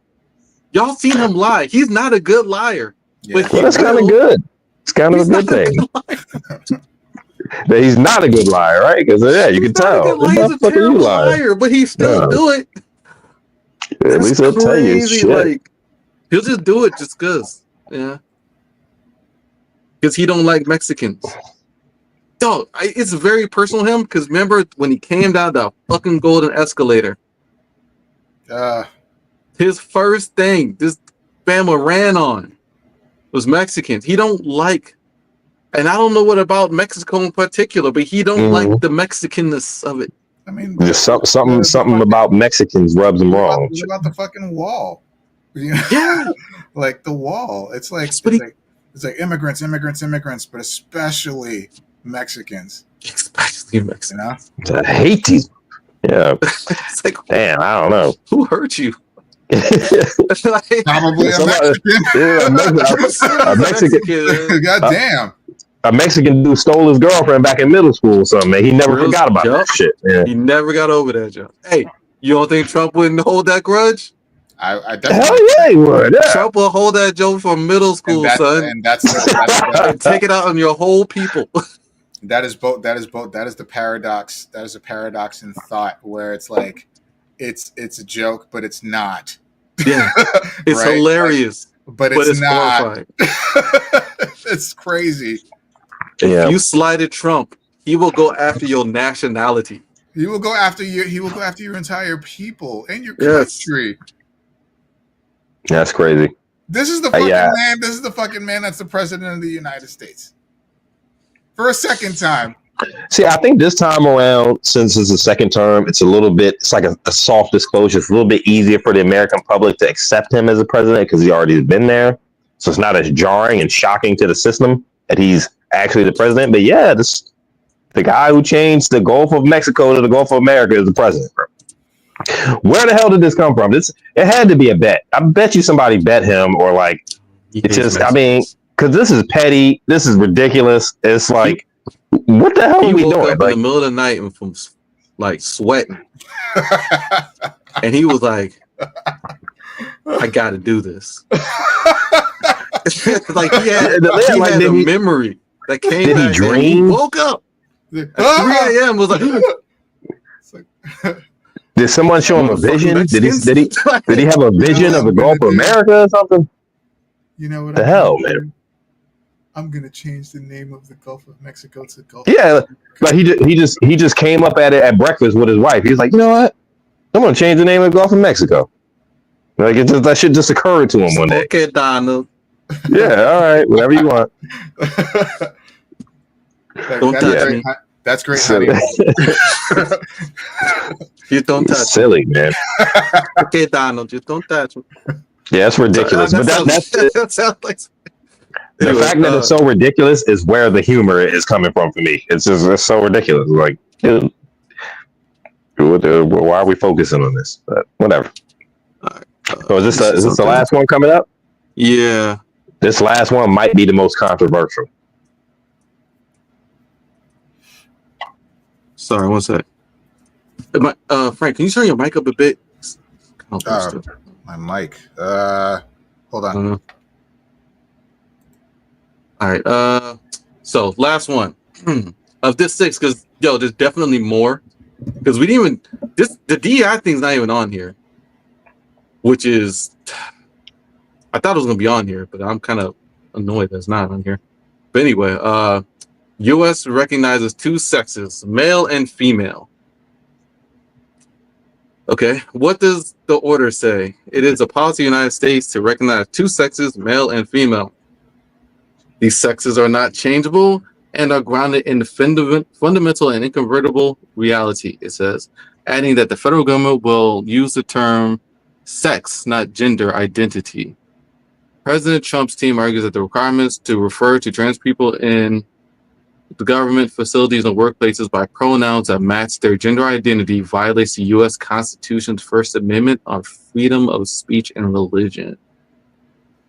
States like Kansas, Montana were legislated to enshrine biological definition of sex into law. Roadblocks. There will be legal challenges. Human Rights Campaign, which represents LGBTQ plus people, state that we will fight back against these harmful provisions with everything we got. The challenges could work their way up to the U.S. Supreme Court, with which conservative majority could rule in Trump's favor. This is a crazy thing to fucking do. Potential impact. Prisons and settings such as shelters for migrants and rape victims would be segregated by sex under the plans, which campaigners say will help safeguard women, but transgender rights groups say trans women could be put in a heightened risk of violence. Official identification documents, including the passports, visas, will have to state whether the individual is a male or female. U.S. citizens will no longer be able to select X as a third option. Okay. You know, just me, from my personal opinion, and I know this is going to be kind of controversial, okay, but I tend to agree with this one. Now, let me explain. Okay, it doesn't come out of a place of hate, right? I believe that you have the right to be and feel a little bit. So I'll get to the common sense part. I feel like you have a right to be whoever you feel like you are, right? That is the beautiful thing about America, right? Like, you have the right to come here and be born here and be who you want. You have the freedom to choose. You want to be Christian, you want to be Buddhist, you want to be gay, you want to be straight, you want to live your life as another member of the opposite sex, you can. But see, where the common sense comes in is paperwork, juice, and documentation, and X's on documents, and it's not definitive enough, right? Like, especially when it comes to legal cases or identification cases, right? Like, are you a male today? Then next year you don't feel like being a male? Or I feel like, and this is where the common sense comes in again, I feel like you should go with what you are assigned at birth, bro. That is science. I'm sorry. I know I'm empathetic. Like, I know people can feel differently than how they are, right?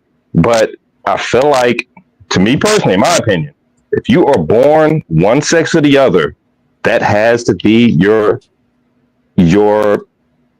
assignment, bro. It has to be. It, like, if you were assigned a male at birth, juice, now this is completely within your right to feel like you're not a male anymore. You want to be a female. That's completely within your right, bro. And I would not hate on you for doing so, right? I don't live your life. I don't live in your shoes. I don't know how you feel, so I'm not going to judge you for the lifestyle that you choose to lead.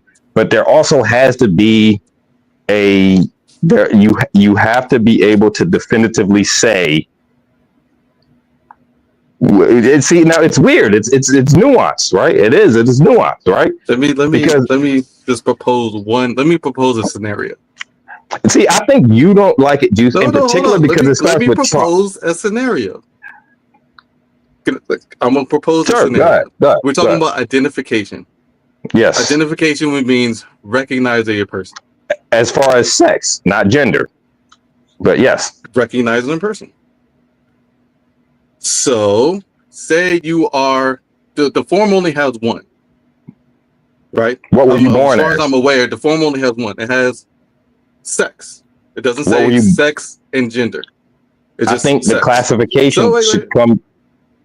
So the scenario is, you have a person who comes to a counter at an international airport and they want to cross the border to hop on a plane to fly somewhere else, right?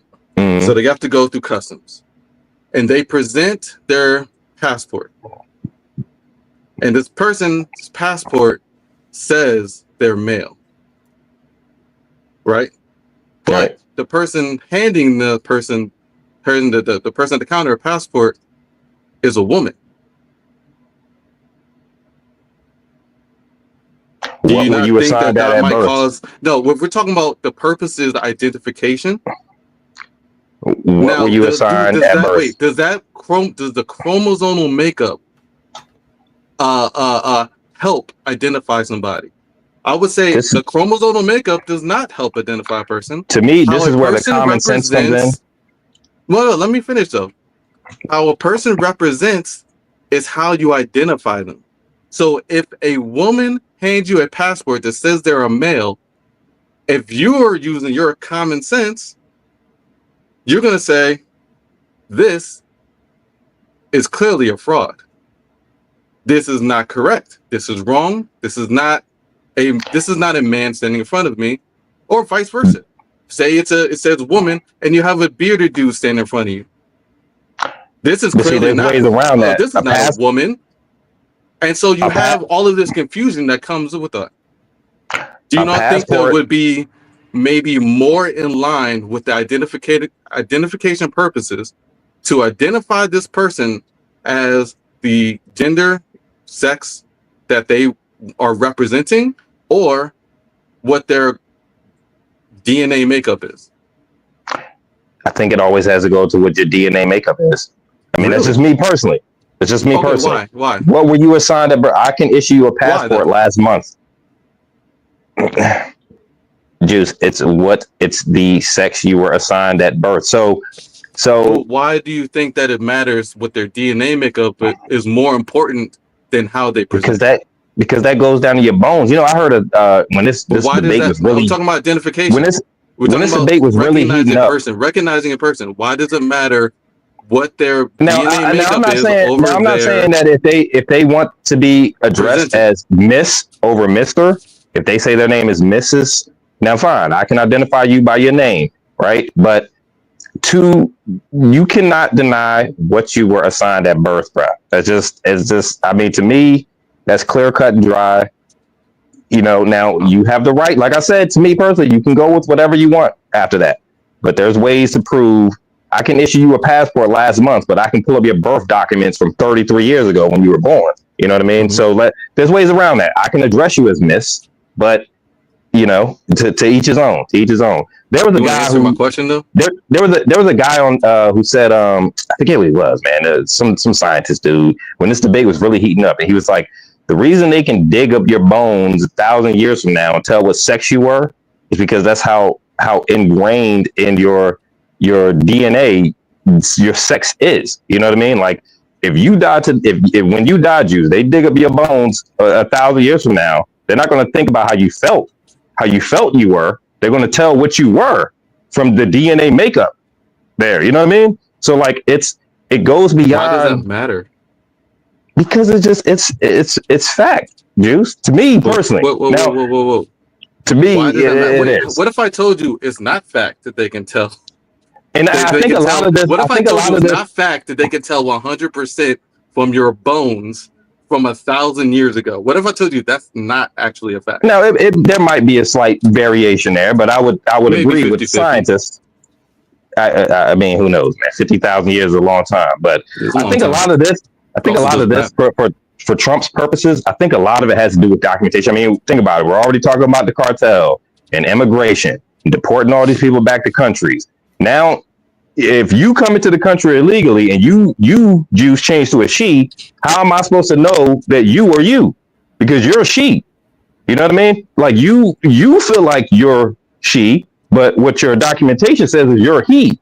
So I need to know who you are. I think that's where a lot of this comes from. I don't think it has anything to do with, well, I don't agree with how you feel, and that's dumb. I'm not going to call you that because that's, you know, because people have the right to be who they want, right? Like that's not a problem. I think a lot of this is mixed up in that immigration shit, man. They want to be able to tell who people are, you know.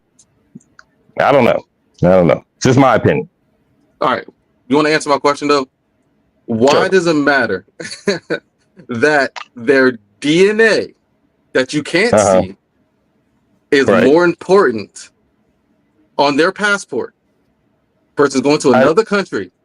That person at that desk is, wait a minute, that person out there is not going to be able to dig up their birth records. I just explained that. It's not about the person at the desk taking the passport or the person handing the passport. This is about documentation. You know what I mean? This is about having a clear cut. If the passport says it's not about how you feel. It's registered with the government. What the passport says, it's registered with the government, right? The government issues the passports. There's ways around this, though, Juice. No, it's not a fluke. You don't get it at 7-Eleven. Like, it's a passport from the government.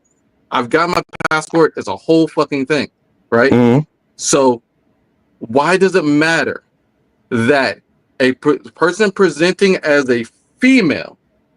There's ways around this because you can just if this is a serious executive order, if you have a sex change, if you're a man and you have a sex change, I'm sure they can add something to your passport.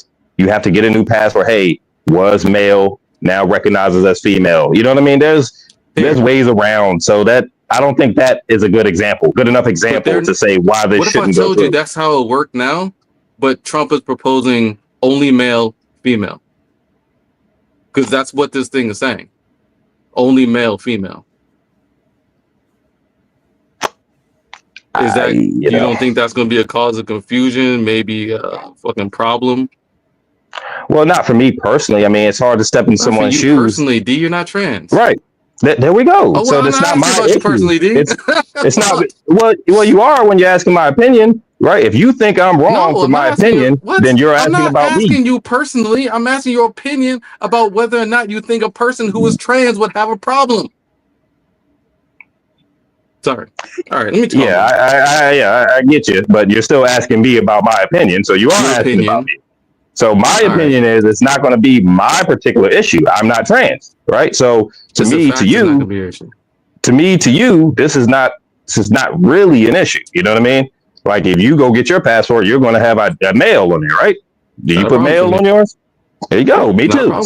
So in my opinion, if it doesn't bother you, it doesn't affect you, then it doesn't matter. I think that there are ways around. Personally, it doesn't matter. Well, that's how tribalism works, right? You know what I mean? Like if was tribalism what we're striving for? I remember. Yesterday, I remember when the Redskins. I remember the Redskins were changing their names, and you were adamant. The Redskins are such a racist name. I can't believe they have this racist name. You cared about that issue, right? I stand here. About that, right? Hey, yesterday you didn't even know yesterday that there was a game today. So you don't care about the issue of the Commanders anymore because it doesn't suit with the issue that you cared about. You didn't care about them. But you cared about them changing their name. I care about people not being disparaged. Everybody cares about what they care about. They're a group of people. Everybody cares about what they care about, bro. Stop! Don't do that. Everybody do we got to bring up the black mentality? Do we got to bring up the black skins? Let's talk about everybody the black cares skins. If about it was the black skins. You were all in on the Redskins. With your favorite football team. You were all in on the Redskins needing to change their name. With the big lips. You were all in, and they like this. You cool with that? It doesn't matter. You were all in on the Redskins changing their name. You cared. They had the biggest game in their history today, and you didn't even know yesterday. So you didn't care. So like everybody cares when they want. Everybody cares when they want and doesn't care when they want.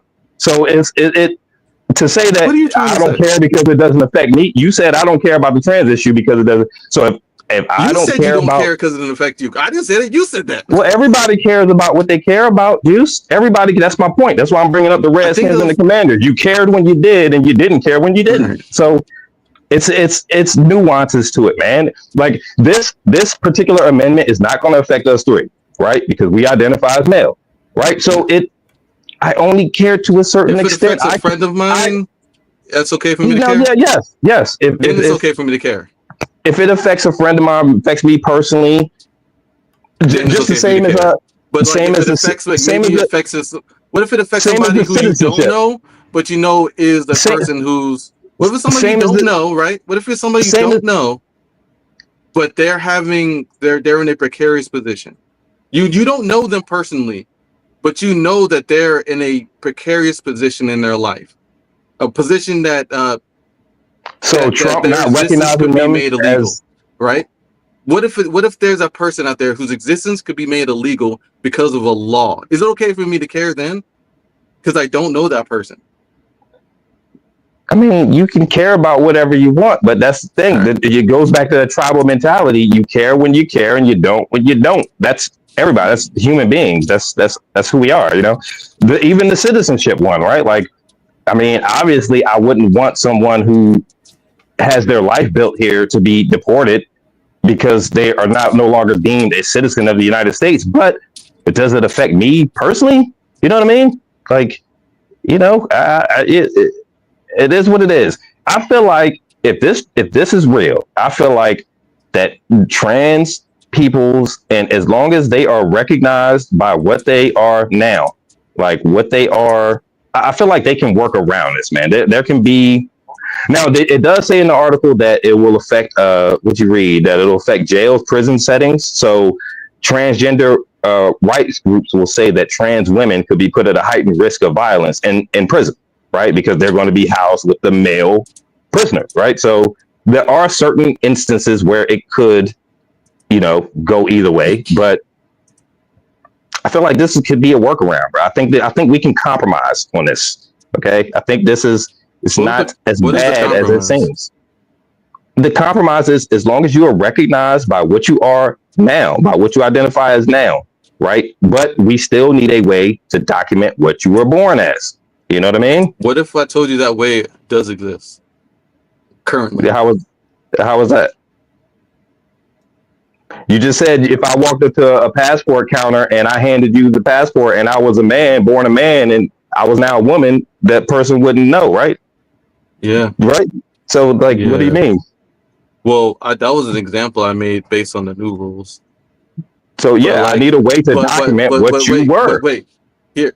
Why would the person in another country that you're visiting know what you used to be? But either way, because it'll be on your passport. Even still, the government knows. Right, they know, and that's documented because they do. When you get a passport, they dig into every nook and cranny of your life, right? So they know if a person has transitioned, right? And so currently, if you identify as whatever you identify as, the passport will reflect what you identify as. So when you go to a counter in another country, trying to cross, let me finish. Hang on. So if you're trying to cross into another country and you present your passport, it will say, if you're a person who transitioned, it will say what you transitioned. It will say what you present. Called me out personally. She said, D, it is disappointing to hear you talk like that because you are not personally impacted. You don't care. That is super disappointing. Hey, Dr. K, come on. Nobody said I don't care. All right. Of course I care. Right. I just said that people want to be identified as something. They have every right to be identified as something. I'm not a heroin addict. To do that, then it's not that right to identify as somebody. I'm not a heroin addict, right? So do I care about heroin issues? You know what I mean? If I see you care about heroin because you just made up an example of you going through the mall and seeing somebody who's on crack. Well, right, but just so do I care about? Yes, you do, D. When I see somebody high off heroin, you're not a heroin addict. When I see somebody high off heroin, when you see a bum asking you for $1 on the corner, right? You don't know if he's high off heroin or whatever, right? You might give him $1, but do you stop to help him get off the heroin? So there's a limit to how much it actually affects you personally. You know what I mean? You're not a heroin addict. So the heroin issue, you can gloss over that. You know what I mean? Now, I believe. Am I supposed to be helping him get off? Wait, first, well, it depends. There's statement. Am I supposed to assume this homeless person's on heroin? And then if I determine that they are, I'm supposed to help them get off heroin? I can have empathy for a person's. I can have empathy for a person's situation and issue without, and I'm not trying to say not caring, but without it affecting me personally, right? I'm not a trans man, so trans issues don't affect me. Caring. Maybe not okay, maybe not. Well, I'm saying that it doesn't affect me personally. You know what I mean? So to say, I just wanted to address that because Dr. K called me out personally. Hey, Dr. K, I'm not saying I don't care, right? Obviously, you can be whoever you want, okay? But I think that this particular amendment, there's a workaround here. We can get around this. We can come to some kind of an agreement here. It's okay. We don't have to be at odds over this one. I think anyone who's of the trans community, I think they can.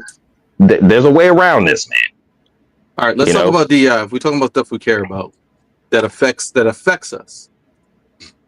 So this is another article. Let me throw it in the chat. It's another BBC. Let's throw it in here. Where's the chat?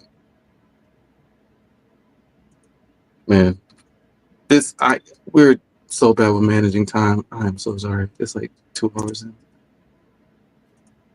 Frank, you got anything to say on this, man? My bad, dog. That was. I know, man. I will say that was a very interesting discussion between y'all. I'm more along the lines this is wrong, and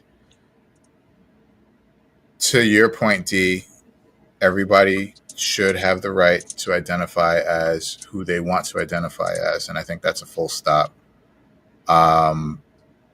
And that should be, depending on documentation or whatever have you, that should be a right that they should continue to have, and that's all I'm going to say about it. So, you know, just for them to be pigeonholed into just male or just female, it's very diminishing, and I just don't think the scope of this is correct in any way. So I think it's just all about human rights, and I feel like this is one of those human rights that should remain. So that's all I really got to say about it. Also, like, what if the person is actually born intersex, right? Like, that's the thing, man. There's it's at least 1%, but 1% of a billion people is a lot of people. But then it's like, then it's the thing is, like, the way that was handled, or maybe still being handled, is like that the parents would choose which one, you know? So, like, I'm not sure if that's like exactly along the same lines of this whole thing, but that's still, it's complicated, right? Let's say that child grows to be an adult, and in the future they decide they know that they're born intersex and they want to change to the other gender. Or maybe like their parents did choose, and as they grow up, they're like, well, that wasn't right. They made the wrong decision. That's not how I feel up here and in here, right? Like, they should have the right to be able to, you know, but that's a very specific situation. But, like, I feel like the right should always remain with the person, no matter what. And I'm all for I'm all for having the government be updated. Like, of course they should know. That's fine with me, right? Like, I just don't think every single person you encounter who looks at your ID should have to know if you're trans, right? Or, like, you know, like, it doesn't matter if you want to inform the government, you want to inform your state, I guess, like, even your state, maybe mostly the government, but fine, the state, even, like, for whatever reason they need to know, then fine. But, like, when they start, like, targeting people, and this is what this is, right? This is a targeting. This didn't matter. This hasn't mattered for 50 years. Exactly. But it matters now all of a sudden. Right. That's the thing. It's like, it's like, what kind of agenda? And I think a lot of this is to appease his voter base. I mean, look at a lot of the people who voted for Trump, you know, stout, religious, you know, people. Like, I think a lot of this is you know, kowtowing to them. You know what I mean? Common sense. Well, see, common sense is different things to different people, bro. Your common sense doesn't match other people's. Yeah, it is if it's common enough amongst the circle. Common, then how much sense is it?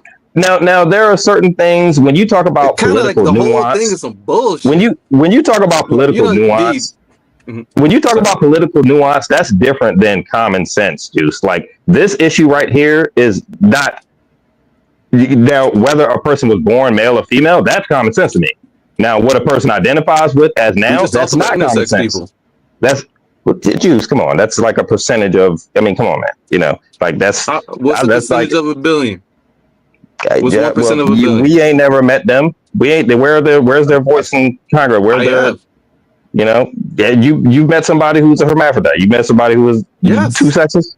Yes. Well, I haven't. You know. Well, it's fine. Like, you don't have to know somebody where's their representation. And also, I just want to point out, like, I am a very empathetic person, right? I think, like I've been saying over and over, I think anybody has the right to feel and be however they want to be, right? I would be the last person to hate on someone for being how they feel, right? But the common sense comes in, to me personally, it's what you were born as, bro. There's no way around it. There's no. Now you can sit there. Now that's fine. That's your opinion, right? That's your common sense. But to somebody in an official position, it could be their common sense. It could be their common sense that they need to know who you are. So it is my business. You know what I mean? gentlemen, I think we're going in circles. All Yeah. right. I think we're Oh, going. we do. We tend to do that here on the Intelligent Idea Talker podcast. Yeah. So last one. I thought that was the last one. No, sorry, because we gotta talk about DEI. Oh, okay. Like none of this matters if we don't talk about that, right? Like I thought it was in the list. I should have read through it earlier. Otherwise, I would have started with this. But anyway, U.S. government workers told to report DEI efforts or face consequences. Trump administration emailed thousands of federal employees on Wednesday, ordering them to report any efforts to disguise diversity initiatives in their agencies or face adverse consequences. Let's see. One of the first actions, President Trump signed 2 executive orders ending diversity, equity, and inclusion, or DEI programs within the federal government, and announced any employee working in those roles will be immediately be placed on paid administrative leave. Such program was designed to increase minority participation in the workforce and educate employees about discrimination. Critics of DEI argue that practice itself is discriminatory because it takes race, gender, sexual identity, and other characteristics into consideration. Wait, well, that's okay. That's what they believe. Let's see. Reading more. Anyway, so the HHS employees who spoke to the BBC criticized the government's DEI practice, believing that while it was important to build diverse staff and create opportunities in health and medical fields, identity politics have played into how we function normally, and it's not beneficial to the workplace. But that doesn't mean I want my colleagues fired, an employee added. Anyway, what do you guys think about this, man? Trump going after the whole DEI. On top of that, I should also point out that he I had it. Aside from DEI, he also they have frozen all civil rights cases that are ongoing right now, and also what was it? There was he reversed a previous order from That's why I wrote that down. Anyway, he reversed the executive order that desegregated. Yeah, he revoked a previous order that was from the 70s that desegregated federal contracts. So he did all those things kind of all at once. And he instructed that, or there was whatever. It was something that went down saying that that the history of the Tuskegee Airmen in the Navy is to not be taught anymore. So random, petty, anti-black shit. So all those things together, I should just throw it out. What you guys take on that? Just for clarity, did you say that he basically wants to expose? That he wants to penalize organizations for hiding DEI efforts? It says, reading this, the Trump administration emailed ordering them to report any efforts to disguise diversity initiatives in their agency or face adverse consequences. The request came after President Donald Trump banned diversity, equity, and inclusion offices and programs throughout the government. So he banned the government programs. He banned those programs first. And then he said if they're trying to disguise DEI, diversity, equity initiatives, then there will be consequences if we're trying to continue them. Oh, shit. Wow.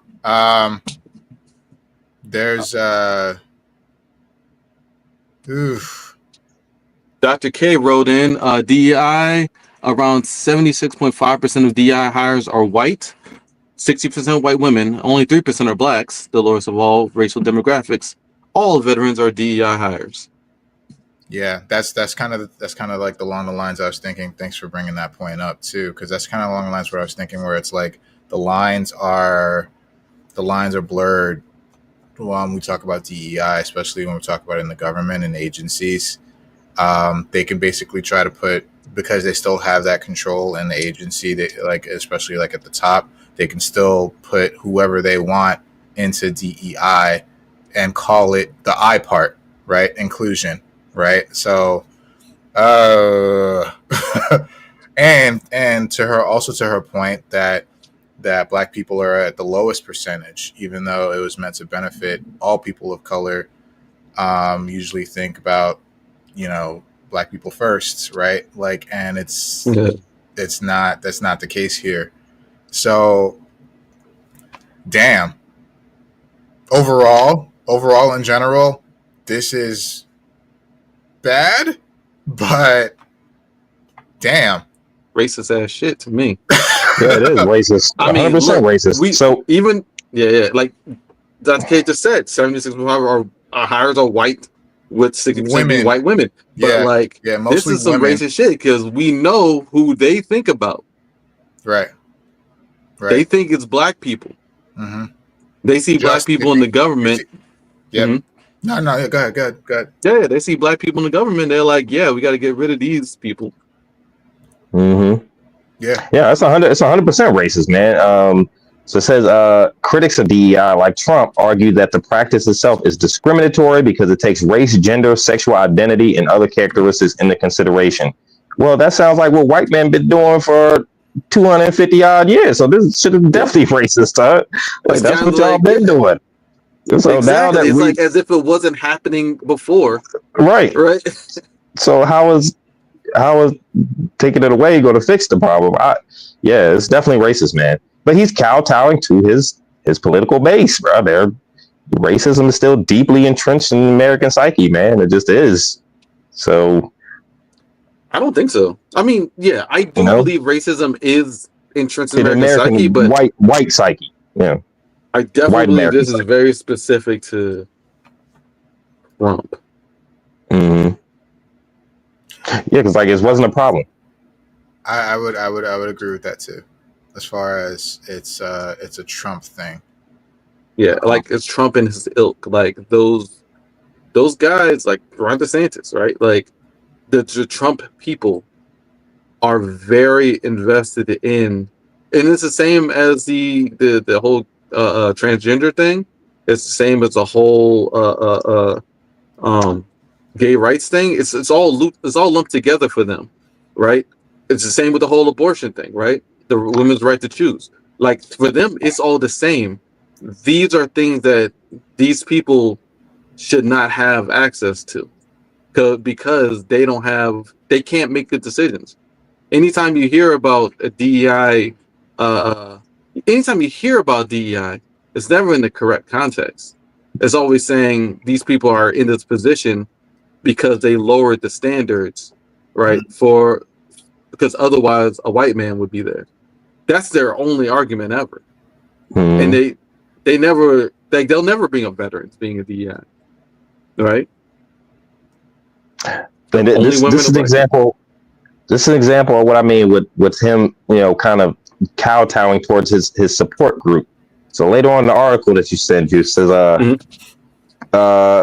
President Trump's executive order. So this was a speech Thursday at the World Economic Conference in Davos, Switzerland. Trump declared he was making America a, quote, merit-based country.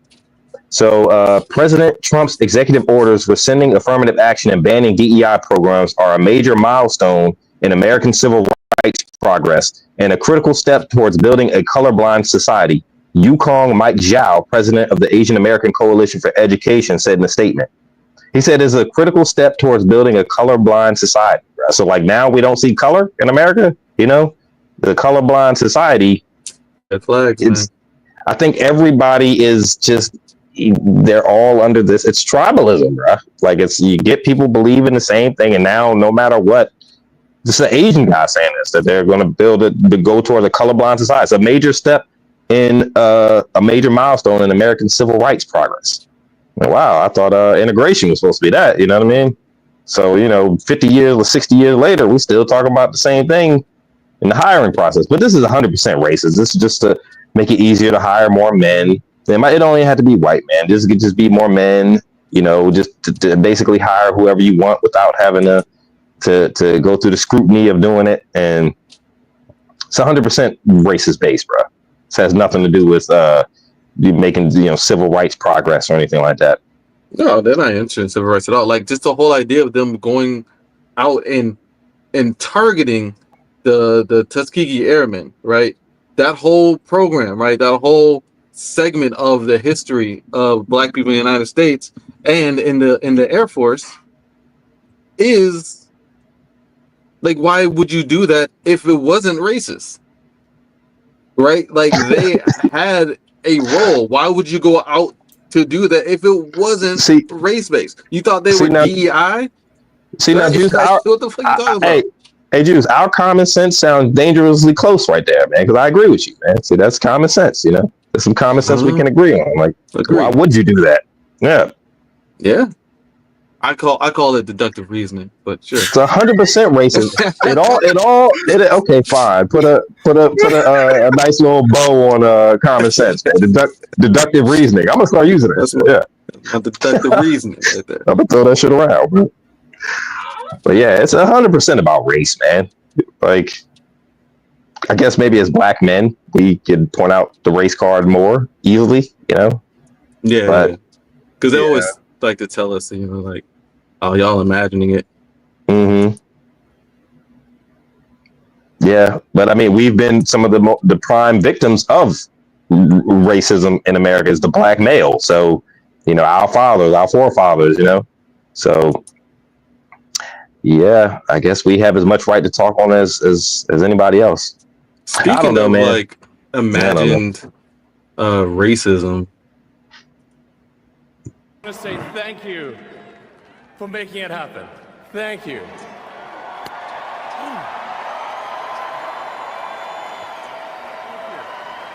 My heart goes out to you. Yeah.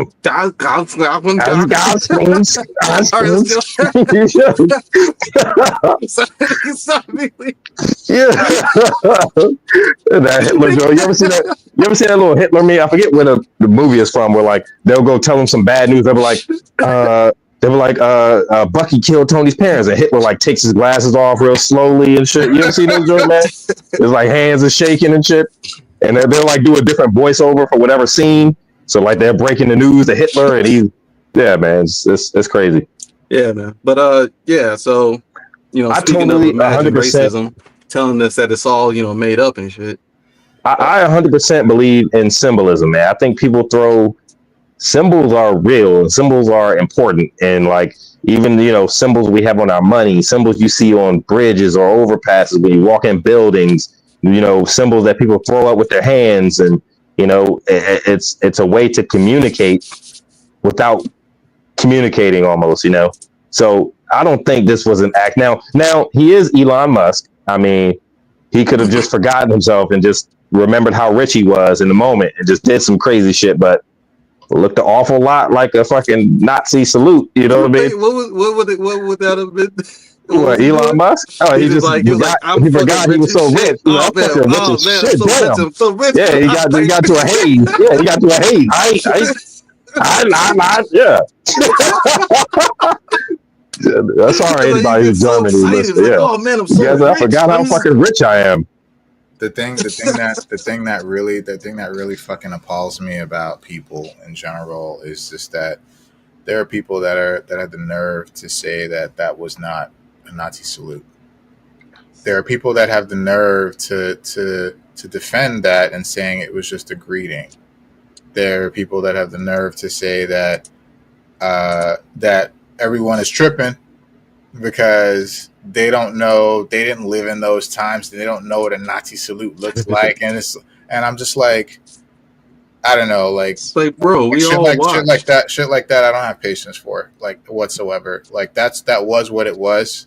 That was exactly what everyone thought it was at first. And he did it. He did it twice. Yeah. So like that, I'm just like, again, I'm just really appalled at like people. Not so much that, right? Like I'm just appalled at like people having the nerve to think that that's not what it was. Like I don't fucking understand. Like, what the fuck is happening? But like, Yo, people know what that it shit was wrong. That shit was wrong, and that shit shouldn't be defended. And yeah, the fucking literal richest man in the world just felt like he had it's like, I got all this money. Nobody has more money than me, so I'm gonna just do this. Right? Isn't that crazy? And everybody's gonna accept it. And if they don't accept it, who gives a fuck? I have all the money in the world. It's fucking stupid. It's fucking crazy. Like that's just a crazy line of thinking. So that's why I said he is Elon. So maybe he just, shit. I'm rich as fuck. So it's not like he's a politician. So I wouldn't imagine. I mean, he is he's in the government now. Billionaire for that. Well, yeah, 100% now. Yeah, shit. They're gonna make up a cabinet position for this motherfucker. Yeah, they did. Sorry, yeah, but they did. The head of Doge. What the fuck is Doge? Yeah. But yeah, the head of money and shit. Yeah. But maybe he just lost himself in the moment. But that shit 100% looked like what it was. That shit looked like a Nazi salute. And Elon should be a little more self-aware than that. But like you said, Frank, he don't give a shit. He's what y'all gonna do about it? I did it. What are you gonna do? And if it's too much of a backlash, I'll just deny that I did it, even though we all saw it. Joe, he's not gonna deny it. He didn't deny it. He doesn't even almost deny it. Yeah. He doesn't have to. He's Elon fucking Musk. What are y'all gonna do to me? He's not gonna deny it. And it's not. Look at this shit. Right. Did it hard too. The thumb. And did it hard. That's not I love you. Who says I love you with your like I love you? Fucker. Like what the fuck? Let you hit like I don't know. Look at this shit. I've heard I used to watch a lot of conspiracy videos, and they said that so like a lot of times that like the celebrities will throw up symbols and gestures with their hands, and they can always get out of it because, like Frank said, they can always deny that they did it. But they're very subtle, and it's a way to communicate that you're in the know without actually saying anything, And you see it, and you're like, nah, Jay-Z didn't throw up the rock sign, or this person didn't throw up that, This was clear. The rock sign was like Illuminati. Yeah. Back in them days, yeah. So, but this was clear cut. I mean, it's a fucking Nazi salute, bro. Like, but what are we gonna do? Are we gonna not? Is this Tesla stock gonna go down now? I don't know. He's Elon fucking Musk, like, and that's the problem is like, I guess this society, man, money rules everything. And when you're one of the richest people in the world, you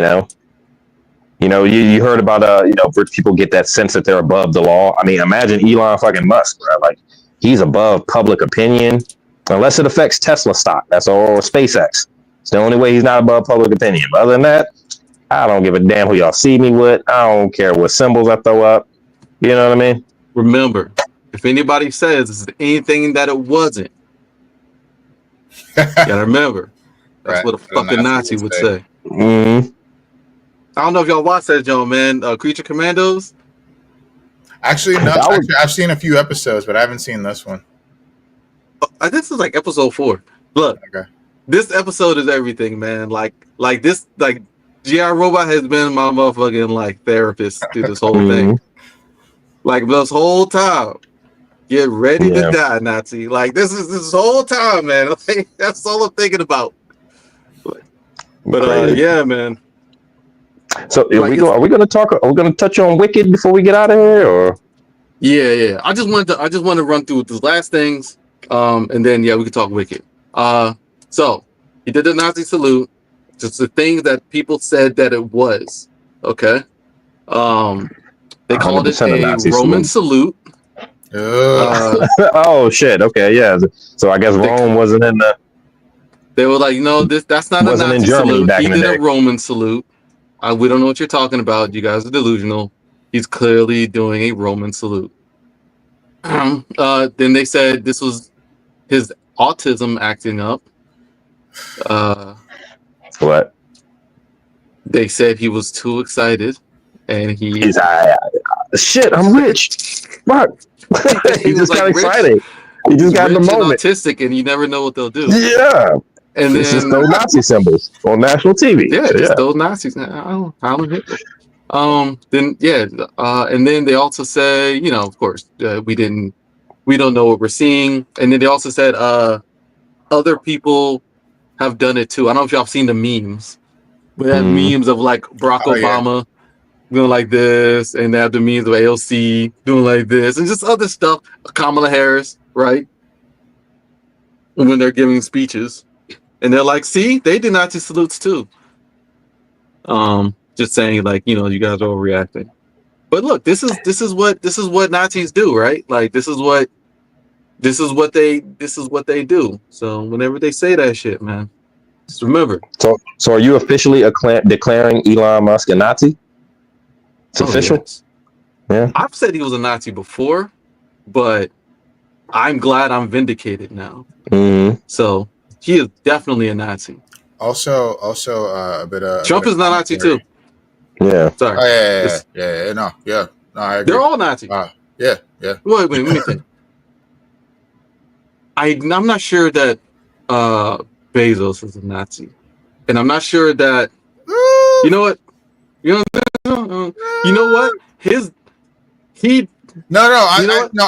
I think he is. I think he is. No, don't get me wrong. He's definitely a Nazi. Yeah, I think he is. Don't misunderstand. Nazi scum. Yeah, like a Nazi scum. He's definitely Nazi scum. I was gonna say it's a lot. So it's really interesting. Just looking at it sociologically, where the exodus from Twitter it was kind of like it was kind of like pretty steady before this, but after this, like that's how people are protesting. Like people are leaving Twitter in droves. Yo, I'm tripping that people aren't returning their Teslas. Real shit. Right? I thought thinking about it like numbers wise, this might be the best move to protest, but it always is. Hit them in the pockets. Tesla's a whole ass car. It is a whole ass car. That might be their livelihood. They might need that to get from point A to point B. Yeah, it's more of a matter of convenience and practicality for them. Let me keep my car that I paid off. So if you paid it off, but it's just it's just a general observation that people are leaving Twitter in droves, and I'm like, oh shit, I'm impressed. People are moving to Blue Sky. People are leaving Facebook. I'm on Blue Sky now. People are leaving Facebook in droves. If you haven't left already, but I didn't leave it, but I uninstalled my app because I still use the Messenger, to chat with y'all. Yeah. But I uninstalled the app. I don't go on. I only use Messenger. Also, I don't. I barely even touch Facebook anymore. Never had a Twitter, so yeah. But yeah. So that's kind of like a thing that's been kind of happening in the zeitgeist. And that's always the best way to protest is hit them in the wallet. It's always that's how you affect change in this country that values wealth. It's unfortunate that this particular individual, it won't really mean much. Hit them in the wallet, but it's still. Yeah. I think it's still the overall image of it, the optics of it. That's the word. The optics of it, of all these people leaving his platform. That's kind of I think that's kind of like the best move as far as protest goes. Let's not overlook the fact that the richest man in the world is a devout Nazi who did the Nazi salute in front of the American at the president's inauguration.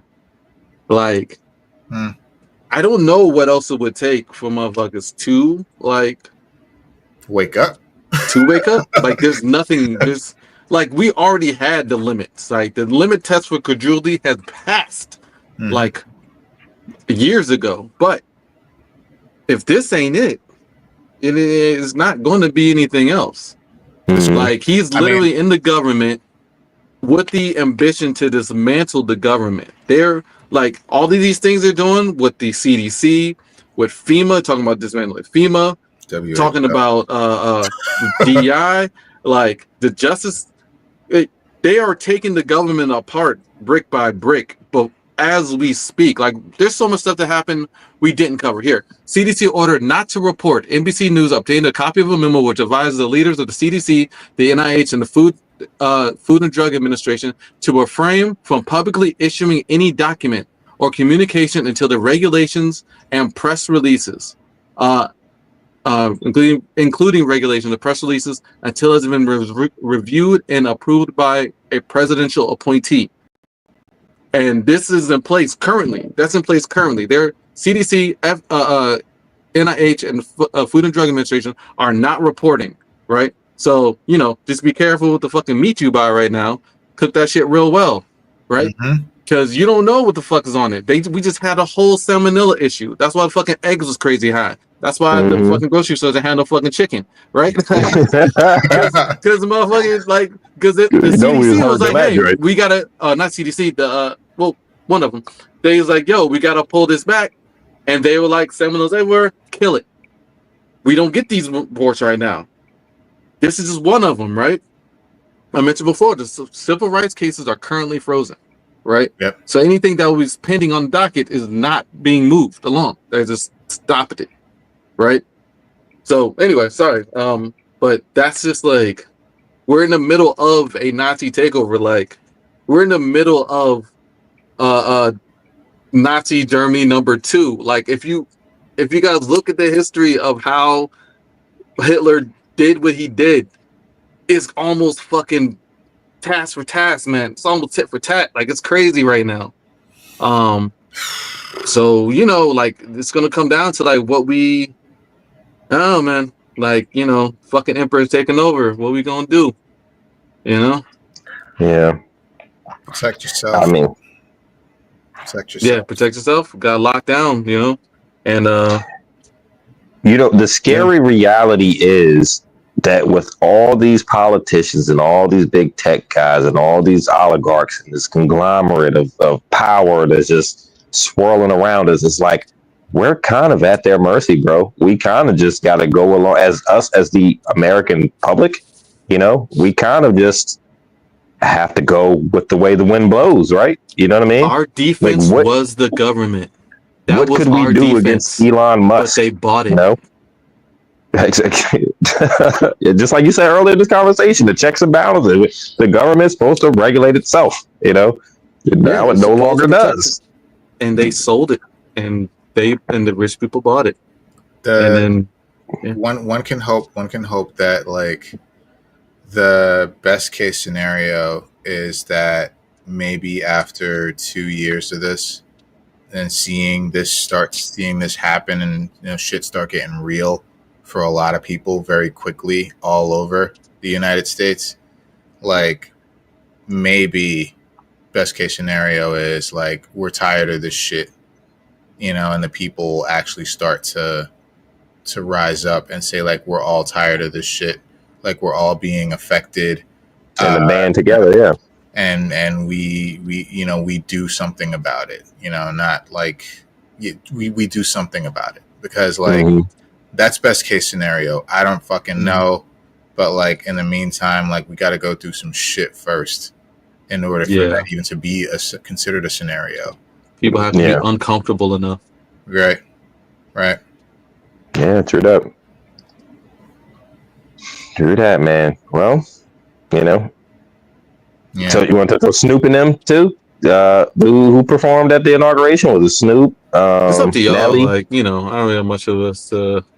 Yeah, I saw a post on Instagram. Snoop was like, "It's all good. I'm still black. I'm still black." You know, we had a Twitcher. I was like, he was commenting.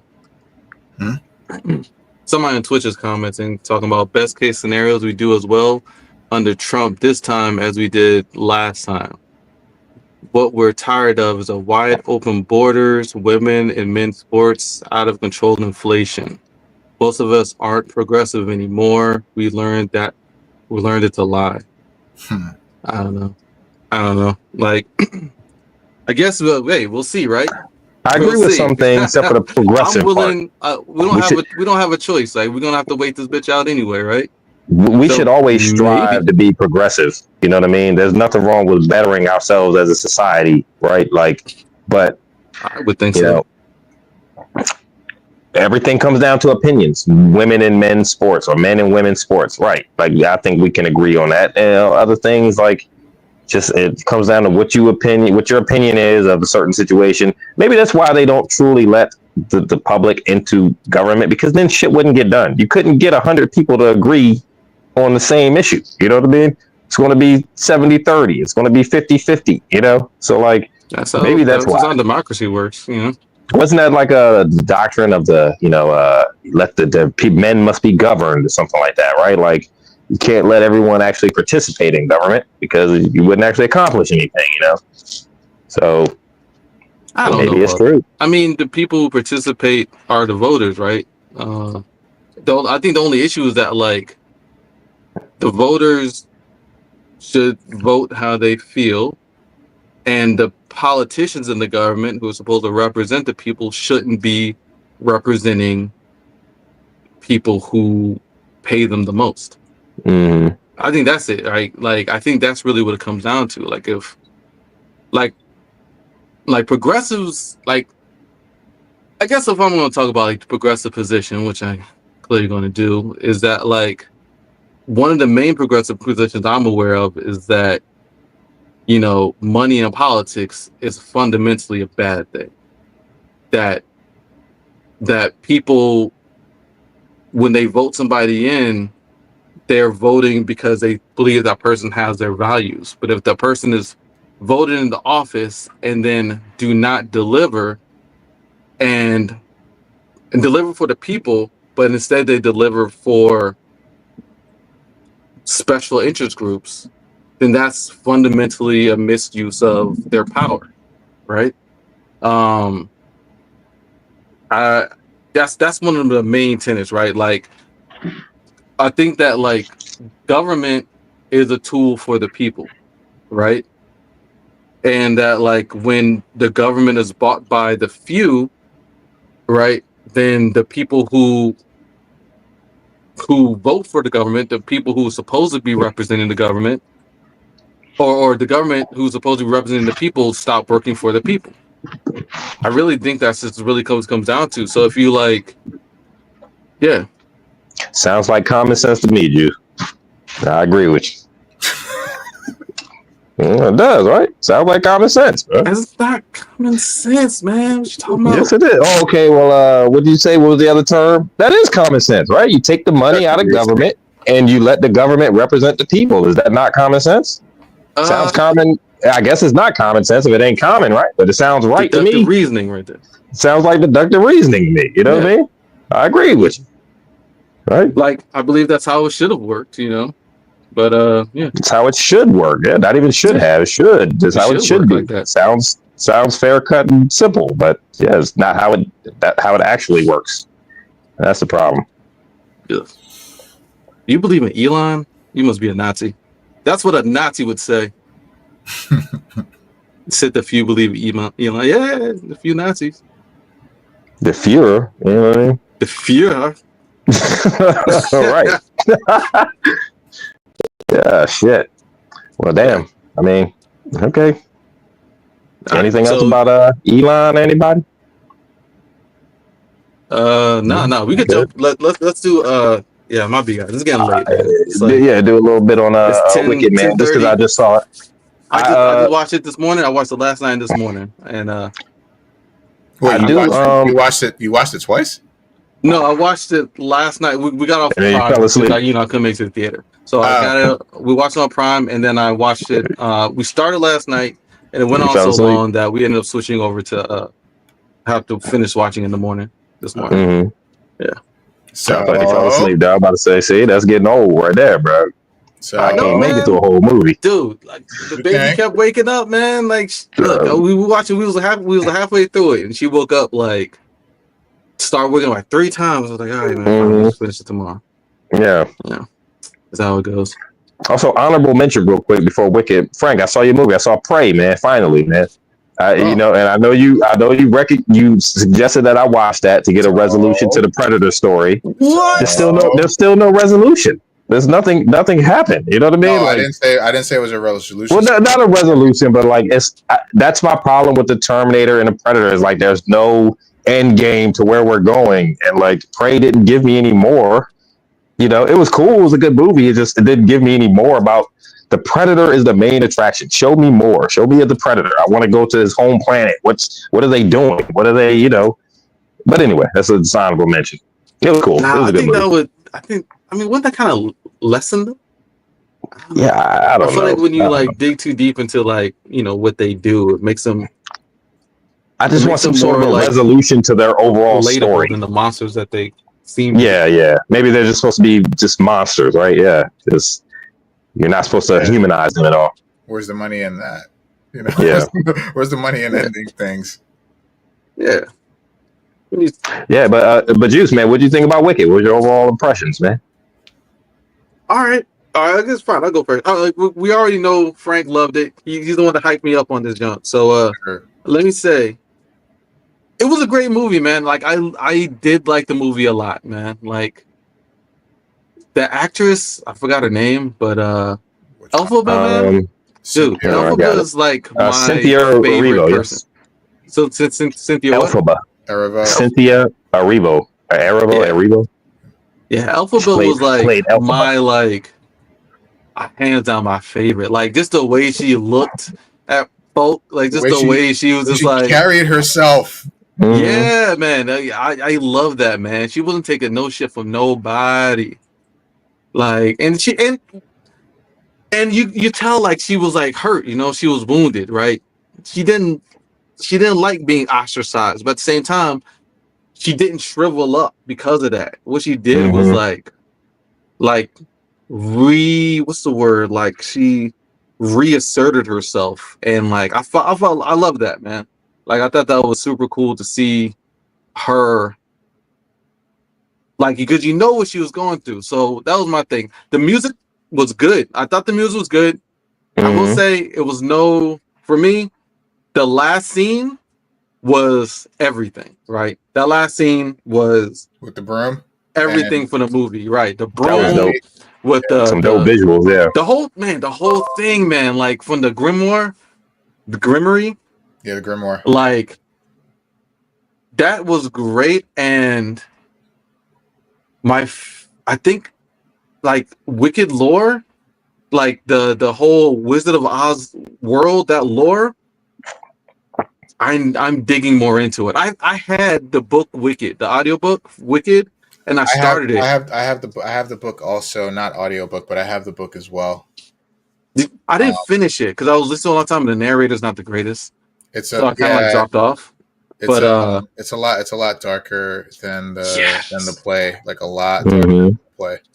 Yeah, but the way this one played out, like you know, I want to know more about that world, man. The world building needs more focus. Like I want to know so much more about the world before Dorothy and friends. Yes, exactly. Like I want to know when they had that little play when she first got to the Emerald City, and they were talking about like the old ones or something. Right. And had the Book of the Grimm. I was like, oh, what's happening to them? Like, what were they doing? I thought that was a nice. I thought that was a nice callback to have Kristen Chenoweth and Idina Menzel play the witches in the play, because they were, you know, they played them in the play, and that Wicked play. Like, okay, did that Wicked Witch, and then and Idina Menzel was Elphaba. So but that was a nice call. Claudia pointed out that that was the one lady from she was Elsa.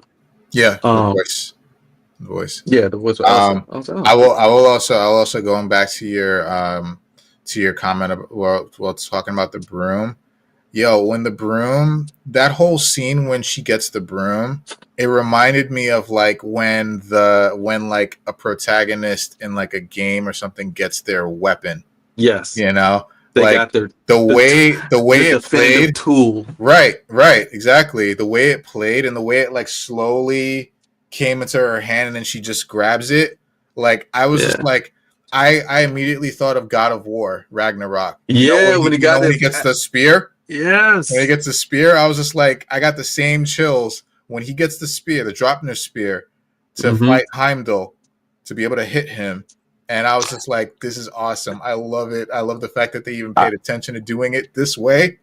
Because she could have just picked up any old fucking broom. But no, this was like a ceremony, you know. I knew that was going to be her broom when they ran in the room and she barred the door with the broom. I said, "Oh, that's her broom." I was She's looking going to for enchant it, it. bro. When those monkeys turned, I Yeah. started looking for other stuff. I was like, "Oh, okay, where's?" As soon as I saw the monkeys, I was like, "Oh, those are them. Those are the flying monkeys right there. That's She's the going to get them that's somehow." them. Yeah, that's them. You know. Yeah, man. This movie was this movie was smart. It reminded me of Barbie, right? There was no politics in it. They just told you a kind of a good story. Barbie had a little politics, but There was politics all through this movie. I didn't think so. I thought I was kind of more drawn up in the character of Elphaba, and she was so charming and charismatic. And the whole aspect of them with the animals, like, you know, trying to shut down. Well, yeah, that. But still, I mean, they were. Look through that right now. When I say politics, I mean like, you know, feminism. I don't know, anything that's like any kind of like there was no wokeness in it. I thought, you know what I mean? Like there was politics within the story. The animals were being, discriminated against, that was one of the more interesting parts of the story. I wanted them to go back to the animal. Maybe they'll cover that in part 2. I was like, what's up with the animals? Remember when she followed the goat to the meeting and all the animals were meeting? I'm like, what's going on there? Like Elphaba was charming. She was charismatic. She was pretty. I mean, is it weird that I think she was pretty and she was green? No, I mean, she was gorgeous. Yeah, she was gorgeous. I was looking at her, I was like, and and she was smart. And I'm like, yes, she's green, which doesn't seem that far fetched in this world. Especially but like the outfits. The outfits were the outfits were dope. She always looked good. And I'm like, why would people not want to hang out with her? She seems cool as hell. She seems like one of the most down to earth people here, you know? And she sounds like that. She's got the personality I like. Like this is like shrewd. A little bit sassy. She's smart, shrewd, And I thought she played that character well. I thought Ariana Grande did a great job too. I thought she did a fantastic job. She did. Fantastic. You couldn't even tell she was like a pop star. I thought she was just an actress in the movie. You know what I mean? Like there was no. She did a great job. I mean, the way she emoted everything. She was so funny. Like there's a part in the beginning where they're singing "Ding Dong, the witch is dead" and da da da. And then after I see the movie, I'm like, well, shit, man. Why are they cheering? How do we get to the point where they're cheering Elphaba's death? Well, like what turns Elphaba evil? Like Elphaba, the whole movie up to the end of this movie, she didn't quite cross over yet. No, not at all. But even still, there's still more story to tell, and she still is not going to cross completely over to being evil. It's just perspective, which is what I really like. I really, really like that about this whole story. Yeah, it's all about perspective. Because remember, we watched Galinda come down, and they're singing "Ding Dong, the Witch is Dead." She comes down, and she's playing a role, son. Yeah, you can tell. You see from the beginning, she's politics. She can kind of tell. You can kind of tell she was kind of sad. They were cheering her death, you know. Yeah. So that was it was pretty cool, man. Let's see. Dr. Case. Okay, you got it. Yeah. No, yeah. She was saying Wicked 6.5 out of 10. And she said politics is a propaganda and systemic oppression. Yes, propaganda, systemic oppression, stereotypes, implicit biases on beauty, power, real and perceived. A movie was hella political, D. I don't know. I don't know. I thought all of that fit within the world. I didn't think they kind of brought the outside perspective. I thought the beauty and the stereotypes things. They fit within the world of Oz, you know. Like she was considered unbeautiful because she was green. You know what I mean? Like, so I don't know. No, go ahead, Frank. My bad. I didn't mean to cut you off. No, you're good. You're good. I will say like, because they blended that into the world so well along with the story. I feel like that's maybe why you didn't quite catch it, because it was really well integrated. But I was saying like it broke my heart, man, when Elphaba was born. You know, the baby was green. It's just a baby, like you know. Right, she was cute as hell. Like, you know what I'm saying? And the parents were tripping. And you know, I didn't get the dad tripping out. I get the dad tripping. It was tripping, and I'm like, yeah. So mama was a hoe. Okay, she was messing around. So what turned Elphaba green? Did I miss? What was she drinking in that little bottle? No, you know what? I don't know if it's the bottle, but I like to think like it's like because she was so many different dudes. Oh, maybe it's like, this is all mixed together. Oh my god! I don't know why that's so much worse somehow. Yeah, like what turned her green? Oh my god! Worse or makes more sense. Yeah. Oh my god! It was like there was a what was it? There was a purple dude and there was a red dude. And that's Hey, it's all good. It's all good, right? There was a yellow dude and there was a blue dude. There was a blue dude and a yellow just got dude. Mixed. Oh no! A blue dude and a yellow dude, and then made a little green girl. That's back to back. Come on. No.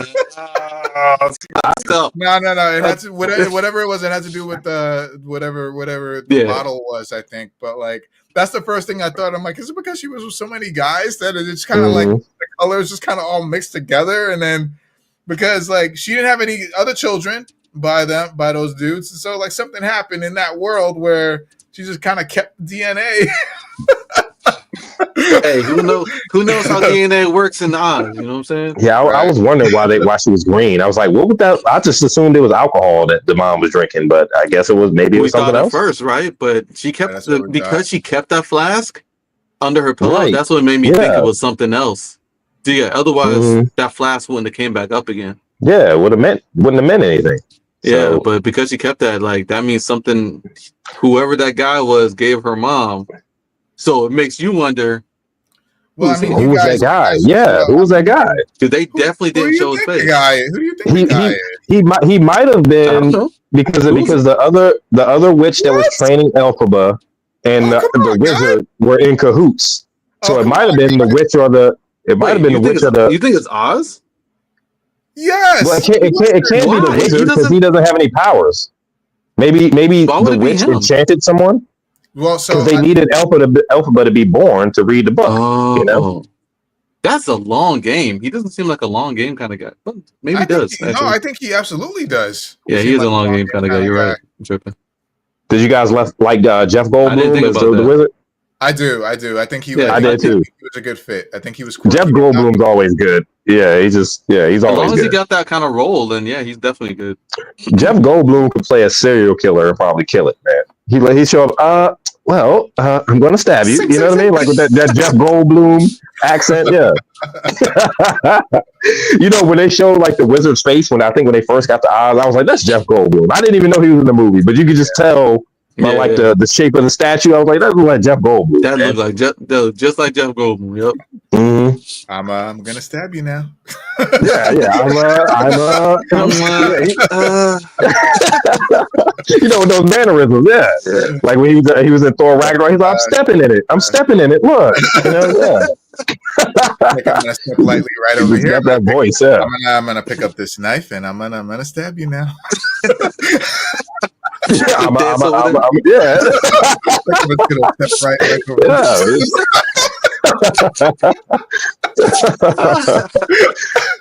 No, real talk.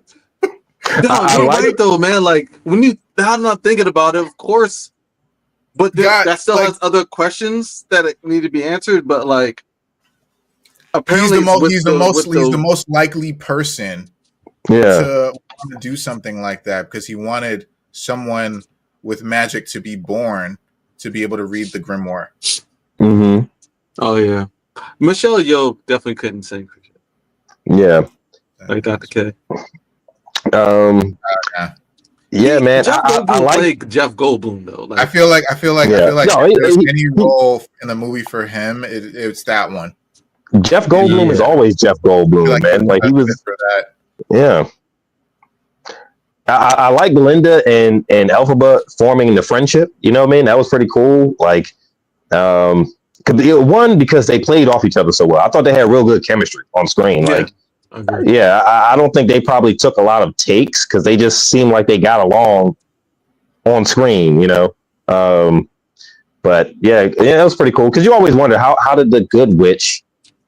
So damn, she was. You know, the movie kind of threw me for a loop because we've always been led to believe that the wicked witch was wicked. Nah, man, she was labeled wicked. Man, they labeled her as wicked. Man, yeah, she wasn't. You know, remember the witch got or on and said she's wicked. or it's one of those things. Yes, it is perspective, but it's one of those things. It's just like, man, she's been beaten down her whole life. Maybe you wouldn't think by the time she's able to do something about it that she wouldn't retaliate. Yeah, she starts reading that book, learning spells, and That's why I got to read the story. I got to read that book. I don't think it's just about retaliation, but like I feel like if this is, I believe this is going to lead to a civil war. So like I'm believing that like she's going to be like a freedom fighter for the animals. Animals.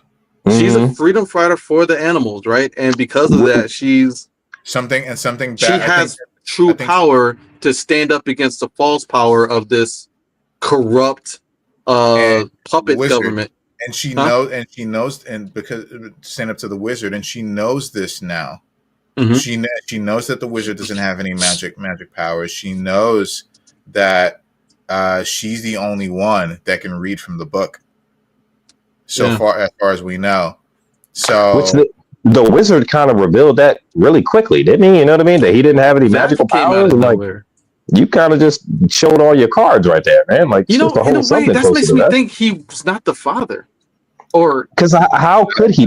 Maybe the other witch that was training Elphaba glamoured something onto somebody, and because who was that guy? Because otherwise they would have been monitoring her. I don't think we never saw the mother. Her.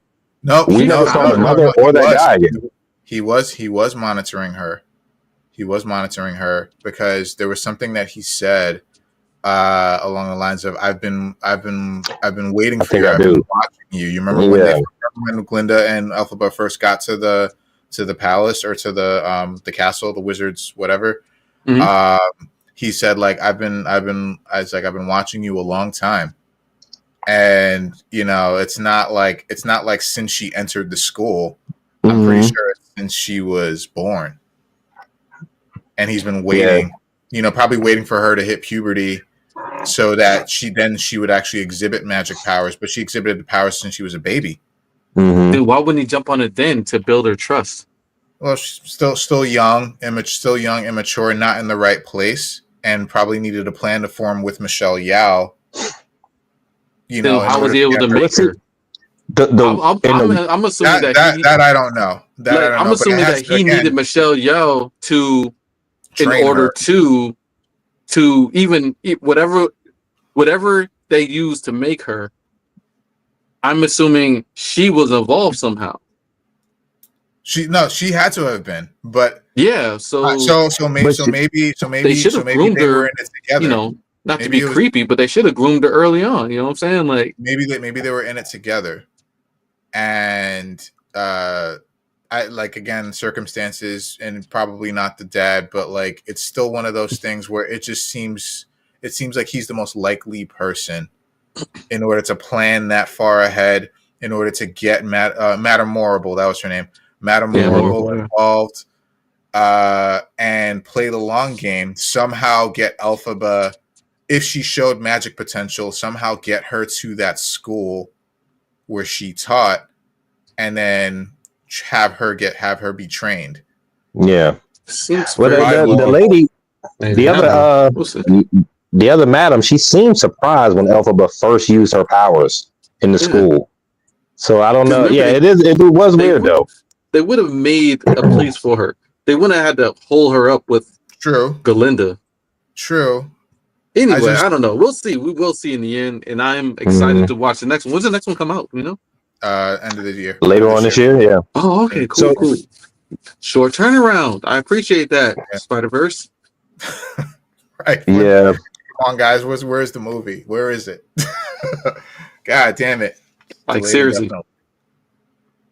So man, I had something I was about to say about the end of the movie. I do feel bad because we know the end, and like because of all this, we already knew the Wiz was a bad guy. Yeah. From the whole Wizard of Oz Dorothy story. Yeah, we knew he was a fake. He was a fraud. Yeah. So when we going in knowing this, so we're not too surprised when he betrays her. But it makes. I felt like that betrayal coming on, and I was like, when I saw him, I was like, oh, I know what you're about to do. Yeah, don't do this. You know, Like you're Jeff Goldblum. I want to like you. You know.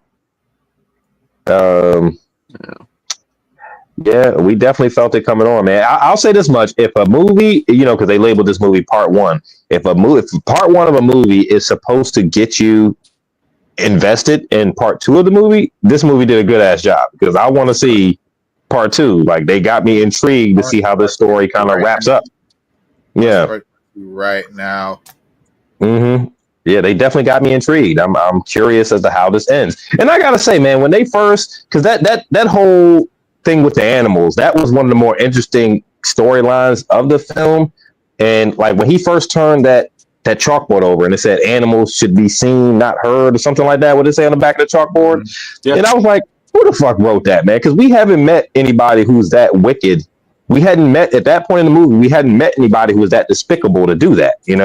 Like I was like, who the hell could have done that? So I guess it was Madame Marable or whatever.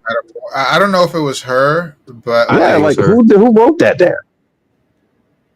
I'm trying to think if was there anyone else? Because it seemed to me like it was a school wide classroom thought. Like it was like a school wide thought.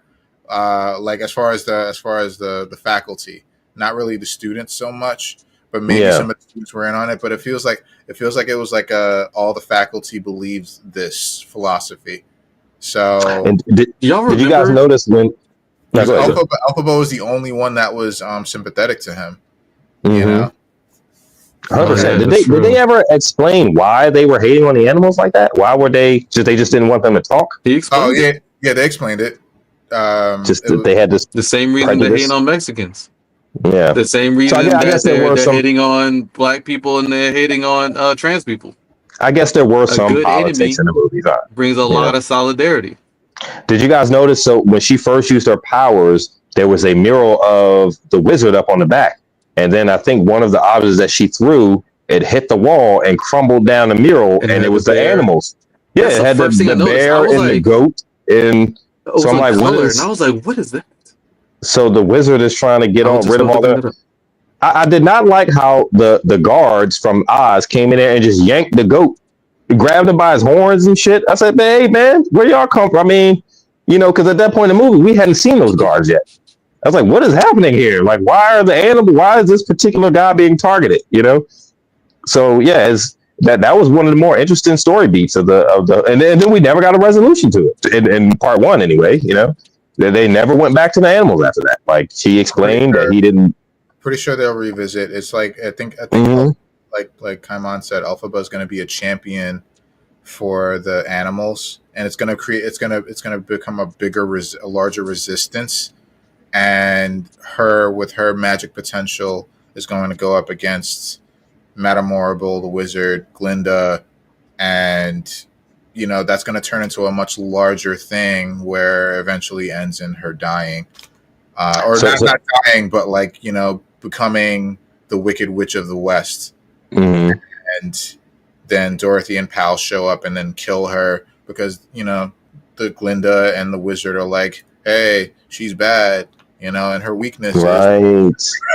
Now, why would Glinda do that, man? I feel like Glinda's going to be the more conflicted, sympathetic, outside of Elphaba, obviously, but I think we're going to end up sympathizing with her. So remember, Wicked is not like a canon storyline with the Wizard of Oz. It's a different take. Yeah. So like in this, they're making Glinda seem like the villain at first, but then she becomes more of a sympathetic character. But her motivation is so strong to become a witch, right? That she wants that power. Exactly. So in order to keep that power, she has to play the politics. She has to play the game. So remember, she gave her a wand at the expense of her friend. Yeah. What if that wand is the source of her having any power and influence? Glinda? And that wand is totally controlled by Madame Morrible. Yeah. Probably. That could be. So you want to maintain your role, but play the game. In the Wizard of Oz, there is no Madame Morrible. It's just Glinda. So Madame Morrible.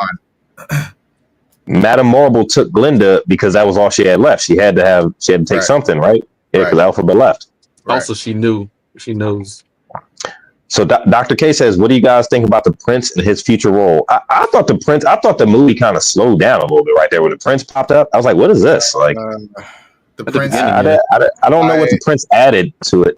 I will say, and he also had the worst song. That song where he was telling him not to read the books and all that shit and sliding on the books. That was like the worst song in the movie. I was like, "This is Me and Claudine had like visceral reactions to him throwing the books around.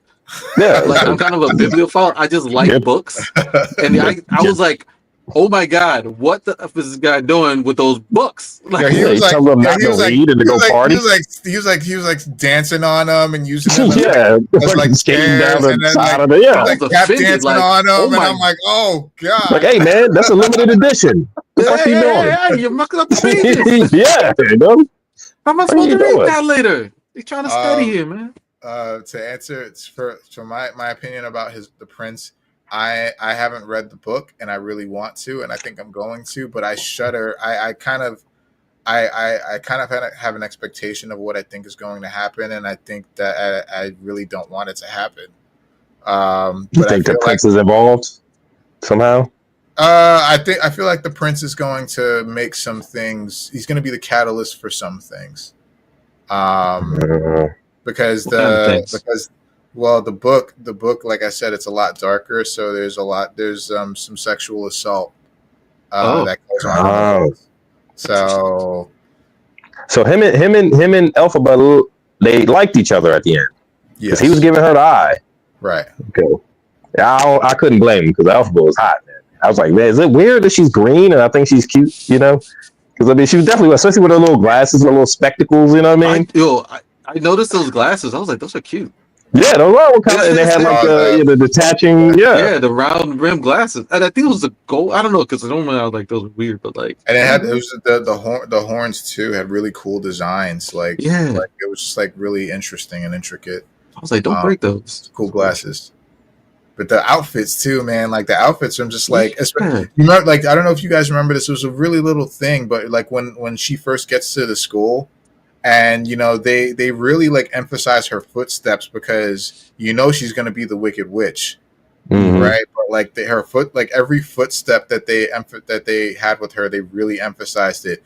Like, it carried a lot of power, like with the sound, you know. Kind of, like, resound or had resonance to it. Yeah, like a lot of power behind her steps. So I really appreciated that. It was a really small thing, but like it carried a lot of weight for me, so it helped with her the way she carried herself. Overall look, even the way that she wore her hair was looked good. I mean, she played the part, man. She looked good. I would take Elphaba on a date, you know what I mean? That's all I'm saying. So when the part where Glinda gave her the hat, I said, "Oh, you don't know what you've done, bro. That's the Wicked Witch hat, man." And I didn't get why they coming together. I didn't get why they were shaming her for the hat. Wicked Witch. Like, why were they shaming her for the hat? You know, at least, and I didn't get the whole dance that they were doing either, her and Glinda. But like, the hat wasn't the weirdest object of clothing I saw in that party. I was pointing that out to Claudine. Yeah, watching it. I was like, look at this nigga's hair. Yeah, look at this dude's hat. They got a face mask on. Yeah, y'all laughing at her like she looks laughing good. at her black pointy hat. You are wearing rainbow curls. Like, right. What is your hat? Looks like butt cheeks. What is her hat? What makes her hat so bad? Your pants have one leg. Yeah. You guys all look ridiculous. Yeah, what was up with the dance? The little dance they did in there. Where did we see that dance before? I think that was just like a. It's dance. The scene was cool. It looked good. I thought it dragged on a little too long. The music for me in this movie was kind of like, it was good music. It was fine. Like the songs were good, but then again, I compared it to Hamilton and I compared it to, of course, The Wiz, and I was like, it wasn't there, but it was still good. I know. I don't watch a lot of musicals. I have limited experience in musicals. You can't do that with The Wiz, though. That's a cut above, man. That joint had MJ, Diana Ross. Come on, man. You know, it's not fair. Some more. Yeah, slide me some more. Yeah. Get on down the road. Slide me some more. Yeah. So the lion that the boy. So Dr. K, yeah, that shit was funny. Side yeah. Then we had to go put the oil on but the that tin man. scene when she was showing like she was so vulnerable there, man. Like Yeah, she was. Yeah, felt that. the, Like I was like the the first whole time time. I'm staring like Glinda, if you'll bring your raggedy ass out there, and Yeah, because you get this shit or right. her sister, all of them, I was like, a curse upon you, a curse upon you, a curse upon your whole family. Like y'all better do something, or I'm cursed, or there's a hex upon you. Like everybody getting hexed. I agree. She did feel really alone there. That was like the first time in the movie where like she didn't have a comeback.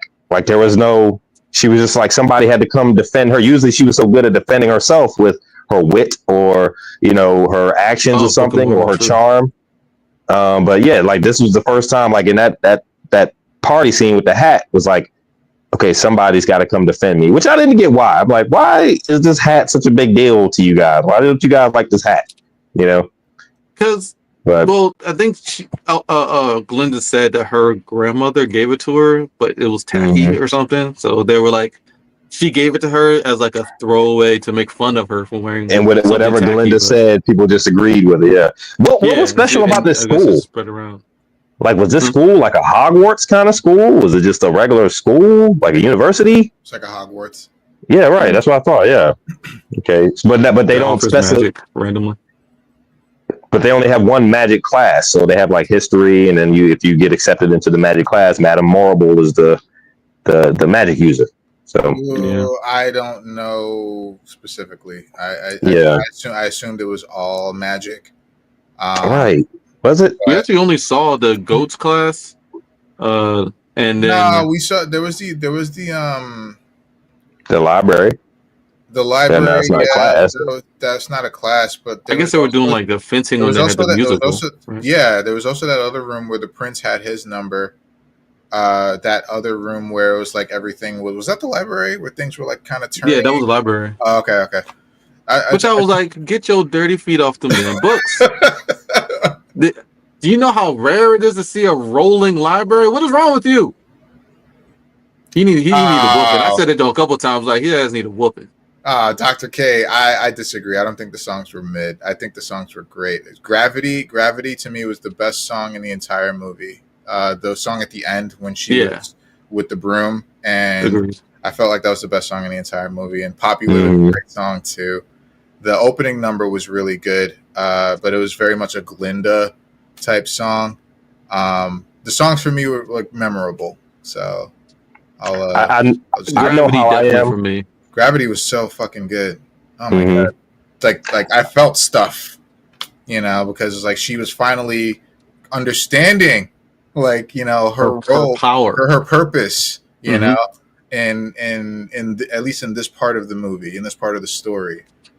So, yeah, you know me, I don't do a lot of musicals, so when the first number came on, I was like, oh man, but then like the music was actually good and you got into it and the story was good, so it was like I didn't mind it. The worst song of the entire movie was the guy with the books, the prince. It's like, what the hell? So like I heard that the lion that they say, this is fan theory. I want to read the books. I heard that too. I want to read the books and I want to like go do like a story synopsis, but I heard that he's the cowardly lion. Yeah, so I'm like, man, is that true? Okay, because he did seem scared. He seemed nervous the whole time, Maybe. I don't want to be spoiled though. She did say. Was that a lion though? It was a lion cub. Yeah. Yeah, I thought it was a lion. Yeah. Okay. I didn't. So that would be cool though. That would be cool if they tie in some of the main characters into her backstory, and maybe we see how the Tin Man comes to be and all that. They play on our nostalgia. How does she sway the flying monkeys to her side? I guess we're going to see that in part 2, obviously. Yeah, we'll most likely see that in part 2. I think if I had to guess, it's going to come down to the fact that, she gave them wings. Yeah. So it's like a loyalty thing and not the like reason maybe not. Maybe. I think it's actually like more aligned to the cause of her defending the animals. Oh, the animals, true, because they are just they are a part of that group, right? And there are other soldiers who are just humans. So I think I don't think it's going to take much convincing. Right? Yeah. You're right. Yeah. So loyalty. So I was thinking maybe she has to enchant them or something like that, but no, they're probably just going to be loyal to her. You know, that was cool though. That was cool seeing them all break out. And It's gonna yeah, be man, that I one like the guy. movie. I like the way it wrapped up. It was an experience. Like I said, if a part one is supposed to do anything, it's supposed to get you interested in part two, and that shit 100% did it. I'm going to see part two. You know, Oh yeah, what's definitely. on I the might see docket for this part two year? in theater. So next up is American Captain America. Yeah, and then Wicked 2 is coming out later on this year. Yeah. Definitely gonna see that, man. What else is coming also this year? What is it? Thunderbolts. Oh yeah, okay. True. Yeah, you Yeah, know, man. surprisingly, I'm looking at a picture of Ariana Grande and the lady who plays Elphaba. I forget her name. Cynthia. They actually had really good chemistry, bro. Like all their scenes together were really good. You know, like I mean, it's just you could have watched a whole movie of them just kind of going on like a Thelma and Louise kind of thing. You know what I mean? Like I'm kind of shocked Did y'all notice that like actors have the good chemistry like that? for Galinda, like her character was like that performative support. Like that's her character was so not like not the acting. I mean, the role of that character was that fake supportive. Like I don't want to say make it racial, but it's just like a Karen, but who a fake ally. That's it. Yeah. A fake ally. An ally who's I will pretend I will. What was her line? She said, "I'm here to help those less fortunate than me." And me. Yeah. I did think she seemed pretty sympathetic towards people. Right? It was performative. It wasn't authentic. I think that was only up to. I think that was only up to a point. I think that was only up to a point. I think she actually was legit once they had the number popular. Right after that, I felt like she was like ride or die with Elphaba until they get to the wizards complex. Then, but that's it. It changes back. So but that just goes. But that's how it works, though, because it's performative until it's challenged. It was performative. It's performative. It was performative to the point where it benefited her. And yeah, like so I believe she was all in on Elphaba, on Elfie, but like, of course, when it gets down to the wire, we see it by the end of but we know how it ends. Yeah. We know at the end she is playing a role. That's true. Absolutely, she is playing. I thought Glinda sincerely wanted to help the Munchkin. Was it a Munchkin or a dwarf? The Munchkin guy and Elphaba's sister. I thought she was sincere about it because she knew that the Munchkin liked her. That was just like in passing. She was trying to get rid of him. Yeah, she was trying to trying to get rid of him. True, and she knew that she liked the prince, right? But I think I bought the sincerity in the fact that she recognized that the sister was lonely and that she needed someone, and that the guy, because it's a convenience to her to get him out of the way so she can pursue the prince. I bought that she sincerely wanted to help the sister, and because they had a good relationship. Sister. So I thought about that to a degree, and I think maybe that's one of the things that Glinda is good at without even realizing it. Yes. Yeah. Right. It's like she's just like her intentions were like, get this guy away from me. I don't give a shit about her, but she instantly noticed that they could have been a pair, a connection. It's like fitting puzzle pieces, right? She doesn't really care about the pieces, but she can build something with them. She can make them work for her. I felt that was the case, that she just can do that. That's like one of her Galinda-nesses. And remember, that's what she was fitting to do. That's what she was fitting to do with Elphaba. Right. She was fitting to do that with Elphaba. She wanted to get into that class, so it was all contingent upon, how can you get me connected? Right. And in the end, it's going to work. You're right. Way, see, and it worked. Into the class, she does become Galinda the good witch under the influence and the teaching of Morrible, and she doesn't care. She's not going to care. Well, she might care, but she's not going to proactively do anything for Elphaba by the end of this. Not past that point. Yeah. I think I agree with Frank, though. Seems like Linda. Damn sure ain't Elphaba in part one. I know that. Like, I don't think Elphaba did one despicable thing in the movie. Did she? She was no. I don't think she did one questionable moral thing in the movie. She was a good witch. She was good. Like Glinda was and maybe Glinda uses that to flip it on his head. I think I agree with you though, Frank. I think Glinda's good and she doesn't realize it. But I do see what you're saying, though, Juice. That was self-serving also because she needed a way in with Elphaba to get to the Madame Morrible, to get to the, so yeah. Yeah. Damn. She's playing the long game too. Mm-hmm. I'm gonna go read that book. I want to see how this. I was about to ask you, are you gonna wait? Do you want to wait until after the movie, or do you just gonna jump to the book now? I don't know. I know, like I know. I think I want to wait. The movie's coming out like in Christmas time. Mm-hmm, yeah, it does come out late this year. Yeah, that's 11 months, man. Yeah, I can which is weird right now. If they filmed them both together, why is it taking so long to come out? Maybe they want the first part one to go through its full run of money making before they drop the part two. Well, for a couple of reasons. The 2 or 3 biggest ones is like it'll be like a 6-hour movie. Yeah, right. Yeah, and they don't do that. Even Zack Snyder with the director's cut was 4 hours and 2 minutes. Mm-hmm. And that was just full of deleted scenes that they just put together and reshot. Anyway, that felt like a whole new movie though.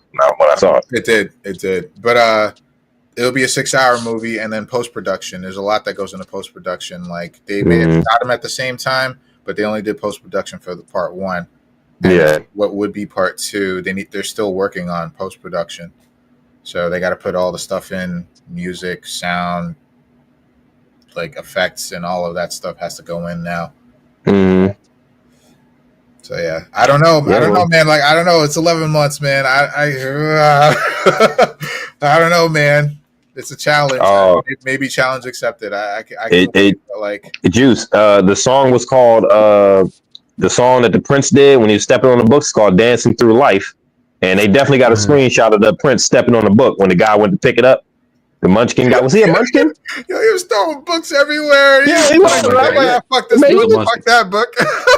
Oh, you just show up out of nowhere being disrespectful, man. Get out, man. Who are you? Yeah, like he did his ass beat. Like I wish you would come. I'm trying to study, and you come here dancing on my books. Yeah, we going outside right now. Yeah, that's what Glinda was like. With a tome, like.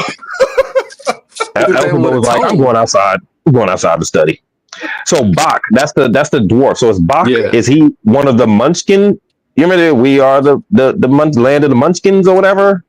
Remember Glinda wasn't Glinda in the original movie? What, didn't she rule over the Munchkins? Am I getting that right? She was. I thought there was some connection with Glinda and Bach. I thought Bach is going to end up like the Munchkins going to end up being loyal to Glinda. I can't remember either. I don't know. See, that's why I don't want any spoilers. I don't want any like synopsises, or I don't even know if I want to read the book. I just want to see how the movie and just be surprised about the way it goes. Hey, question. All right. So I know this is not canon to the original show or to the original series. So there were other witches. There were 4 witches altogether, right?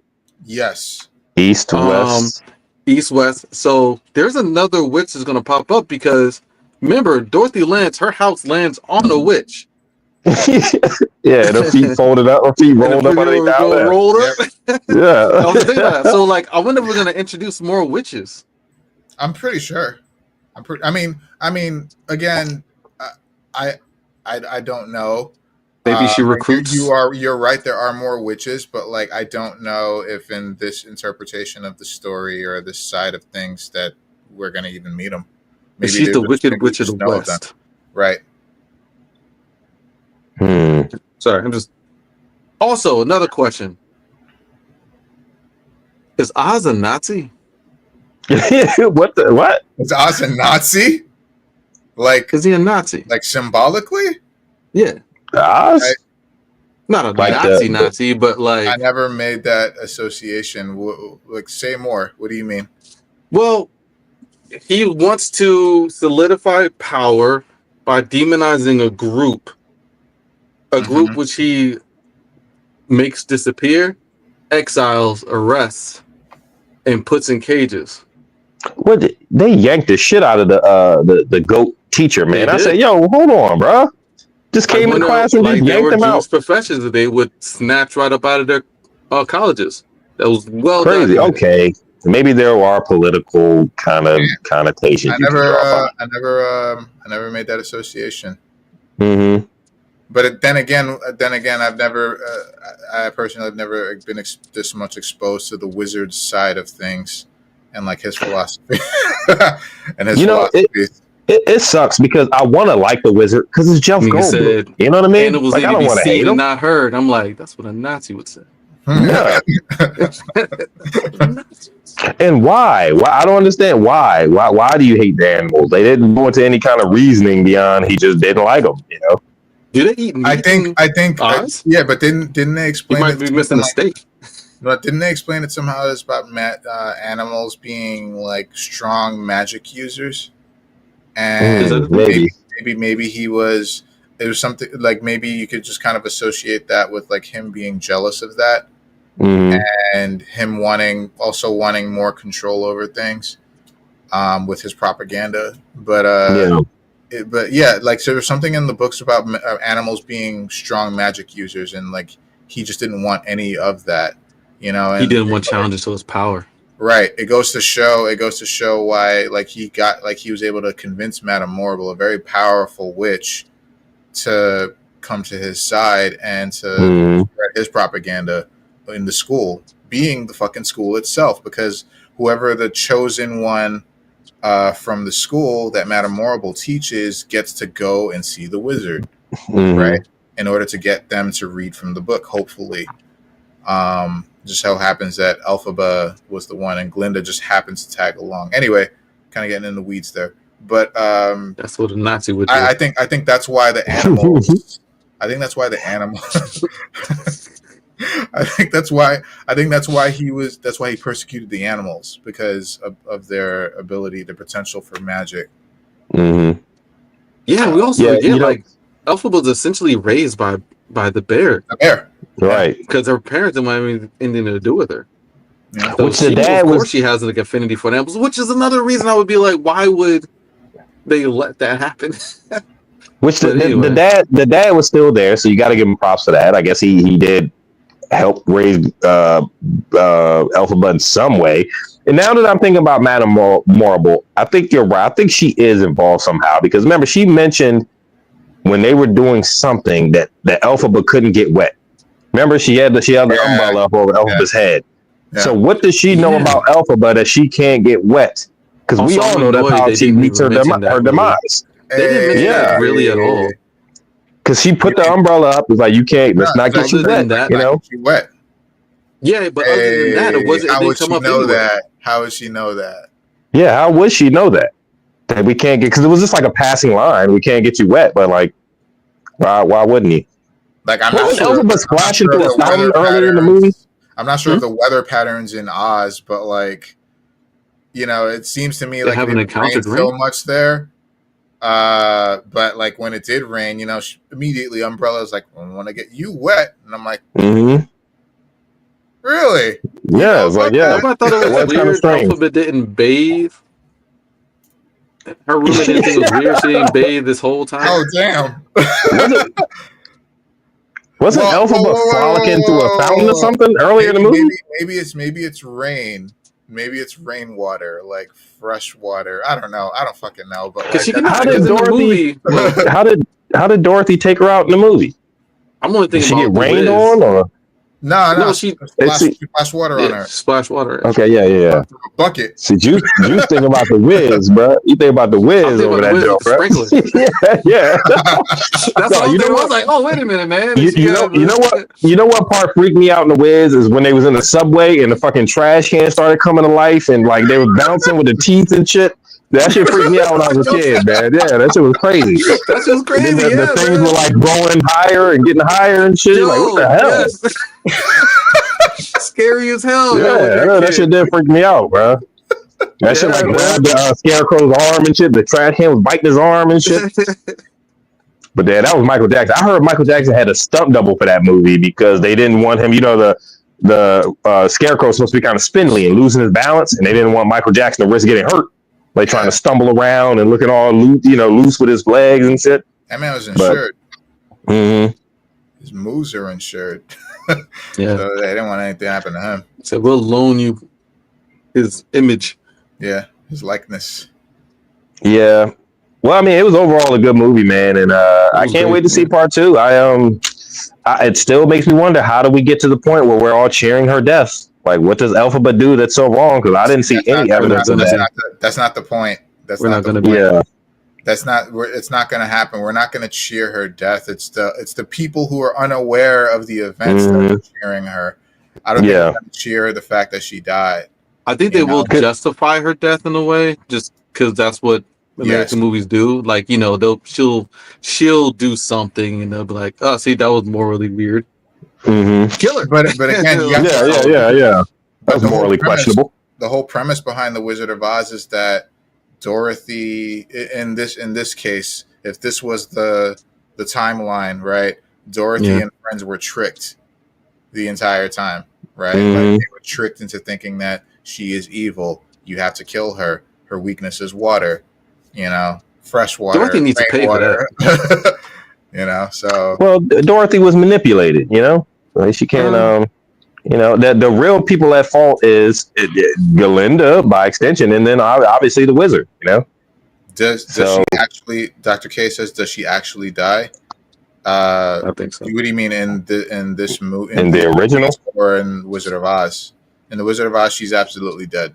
I thought she was dead. Man. Maybe not in this movie. Maybe this movie is more of a happier ending. Maybe she just has to go away.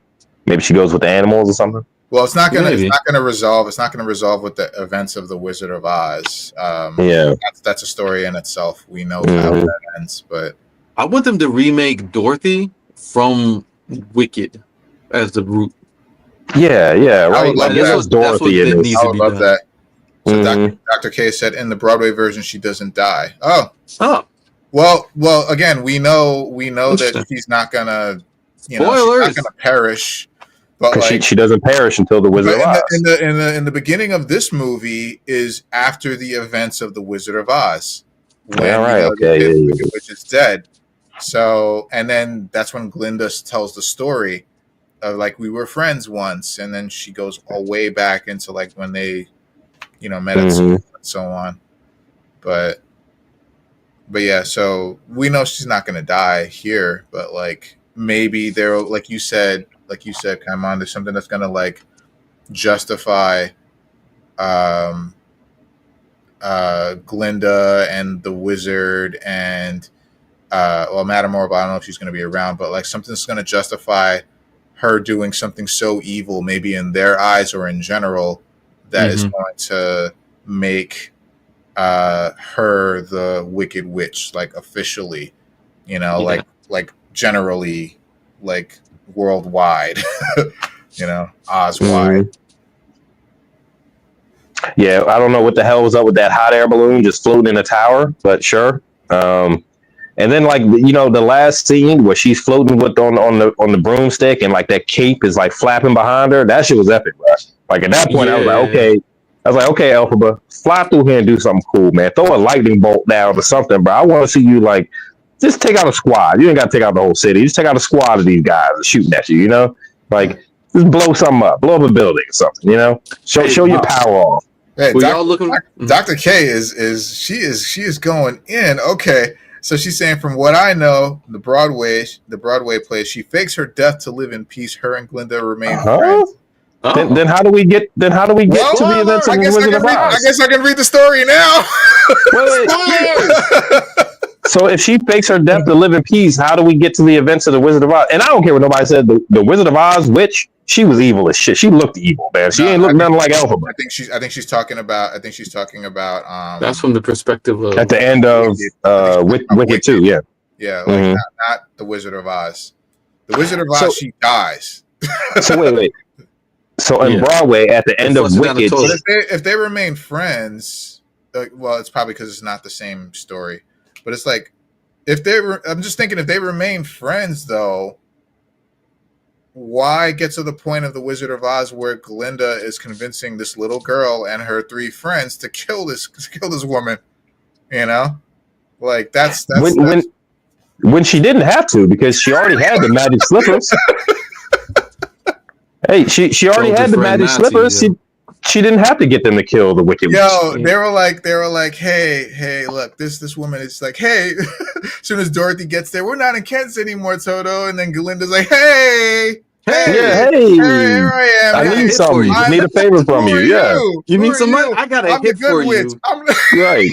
right. I need you to go Immediately. kill that bitch over there. Yeah, you trying to get her that? Immediately, Hey, I gotta like, come up. hey, Yeah. hey, Kill who are that. you? I'm the Hey, good witch. you need some Oh, by the slippers? way, this is You need Asked some if you want to hit a lick. evil Yeah, witch you want to out hit a there. lick? You know what? And you could have just told me to click my heels together the whole damn movie. I would have been home. You know, why did I have to go kill this bitch? I had to go kill her Yes. Because first, I needed you and to then kill you her told me to first. click. I Yeah. needed you to kill her first, and then you be able to go home. You're trying I need to So- real talk. so I the need them slippers- I need them to remake this. I need to remake Wizard of Oz Wicked's from this perspective, Yeah. so I can know what skills Yeah, what does the fuck Dorothy happened? portray that makes them think she can go up and do a hit on a witch. She with definitely the did a hit. grimoire. This farm girl with a basket and a dog So- is just like, that's the one. That's the one. That's her. Yeah, she gonna do- That's like the she came highlight. out with a basket. Like what was it?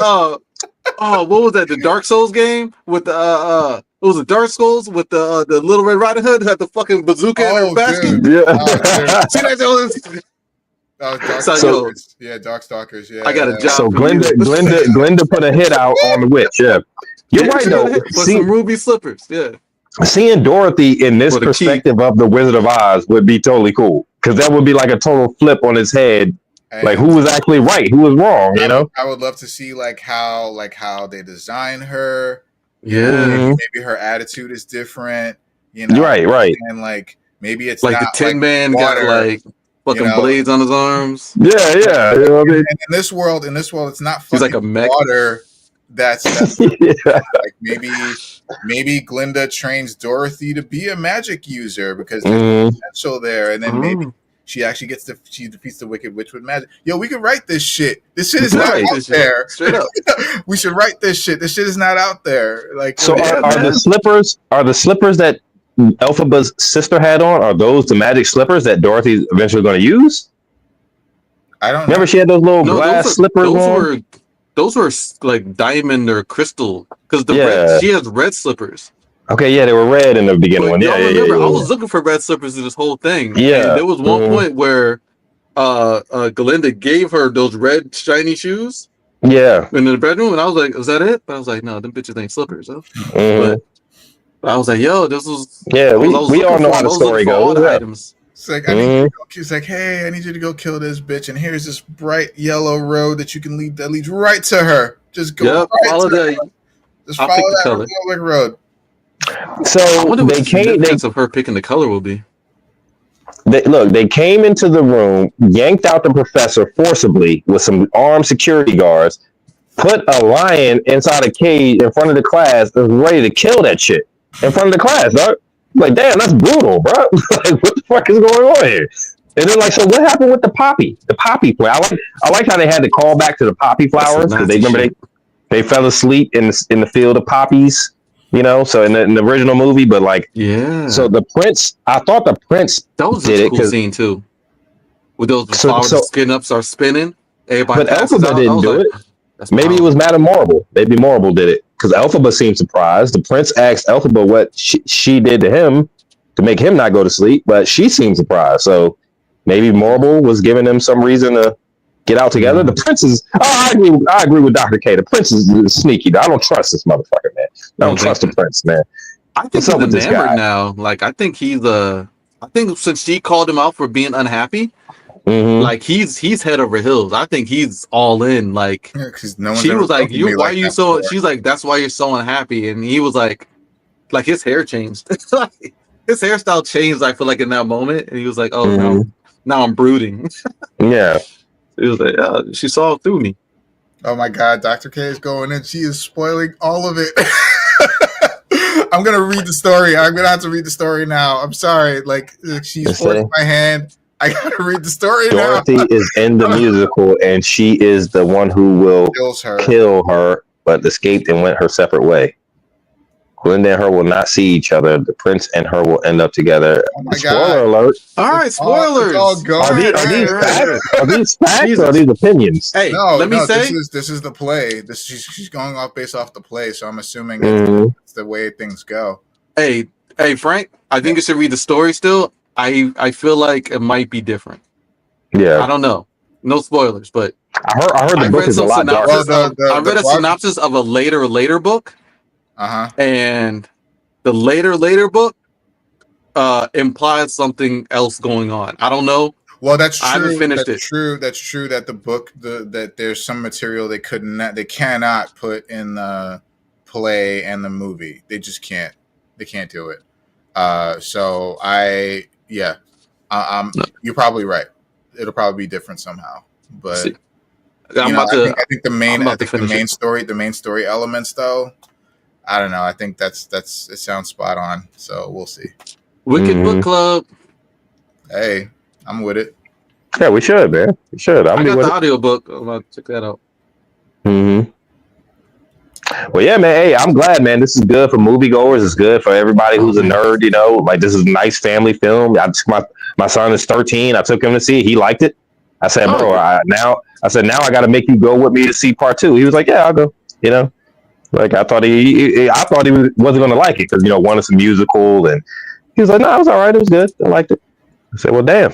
We were going to go see Sonic. We'll probably go maybe this week, man. I'm off on Friday. Yeah. Oh, Sonic's already out though digitally. It's on Paramount Plus if you have Paramount. Okay. And then I saw your Wild Robot was in there too. I was like, man, maybe I'll go back and see that for a matinee this morning. Yeah. Wild Robot's also been out on digital for a while now. Mm-hmm. So, man. Remember when things used to release in the movies and you wouldn't see that shit for like 8 months before? Yeah. Yeah. Now everything's right to streaming. 2-3 months. I think Creed 3 was the fastest I've ever seen a movie come out. Mm-hmm. Creed 3 came out in like March of 2023 or 2024, and then it was on Amazon Prime Video in May of the same year. Yeah. Like early May. I'm talking like early May. So it was less than 2 months. Direct to release, direct to streaming. Yeah, I guess COVID kind of changed the game for that, man. Yeah, it did. Mm-hmm. Well, actually, technically, that's the fastest. The same day. Theater. But I'm glad movie theaters are coming back because there's nothing like the movie theater experience, man. It's just the surround sound, the big screen, enjoying the movie with a crowd of people, laughing at the same things, I remember there's this lady in there when they came in and yanked out the professor. Me and the lady both sat up. Like, you know what I mean? Like, what the hell? What are y'all doing to y'all doing the professor, man? Because those guards came out of nowhere. We hadn't seen those guards the entire movie. It's like, who the fuck are these people? Like, why is the professor scared? Why is he leaving? Why is today his last day? Who's threatening him? And who the fuck are these guards? Yeah, it just caught me out of nowhere. So, but it was a lot to take in all at once. So, yeah, fellas, man, guess that our review for the movie Wicked. Next up, Captain America. What is it? Brave New World. So yeah. So I'll actually be going on vacation for most of February, but I'll be back. I come back the day before that movie comes out, so I'll be able to see it. Nice, man. Where are you going for vacation? Florida. I'm going to Disney. Nice. Mm-hmm. Oh yeah. Do it every year. That's gonna be cool. Do it every year for the past 3 years with my family. Yeah, it's fun. I love Florida, man. Just beautiful. You see why people go retire there. Well, hopefully there's no snow this go around. Yeah, right. Well, I mean, like the snow they get is probably like half an inch, and it'll shut down the whole state. Mm-hmm. I bet you if it's one state that does not know how to handle snow, it's probably Florida. Like they have no idea. Y'all remember some time ago, like I think it was Alabama or it was Georgia that got snow. It was like 1 inch of snow, not even. And the whole state shut down. Like they could not handle it. They didn't have they don't sell shovels, no snow plows, infrastructure like for that. Not even like enough salt. Famous ain't got gloves. You know, they don't know about gloves, like the heavy jackets like that. Like it's just for 1 inch of snow, dude. Like the whole state shut down. Yeah, I just imagine we're sitting up here with like a foot of snow on average, like laughing, dude. But Canada laughs at us because Canada gets like a foot of snow every Tuesday or something. So, man, couldn't live in Canada. I bet you it's beautiful. Love to visit, but Canada's beautiful. Mm-hmm. Yeah. I've been to Niagara Falls, but I didn't go to the Canadian side, so I haven't officially been to Canada. But you know, I saw it from the distance. You know, it's cool. But yeah, man, Frank, man, have a safe vacation, man. Thanks. Yeah, definitely, man. Much appreciated. But, take some pictures, man.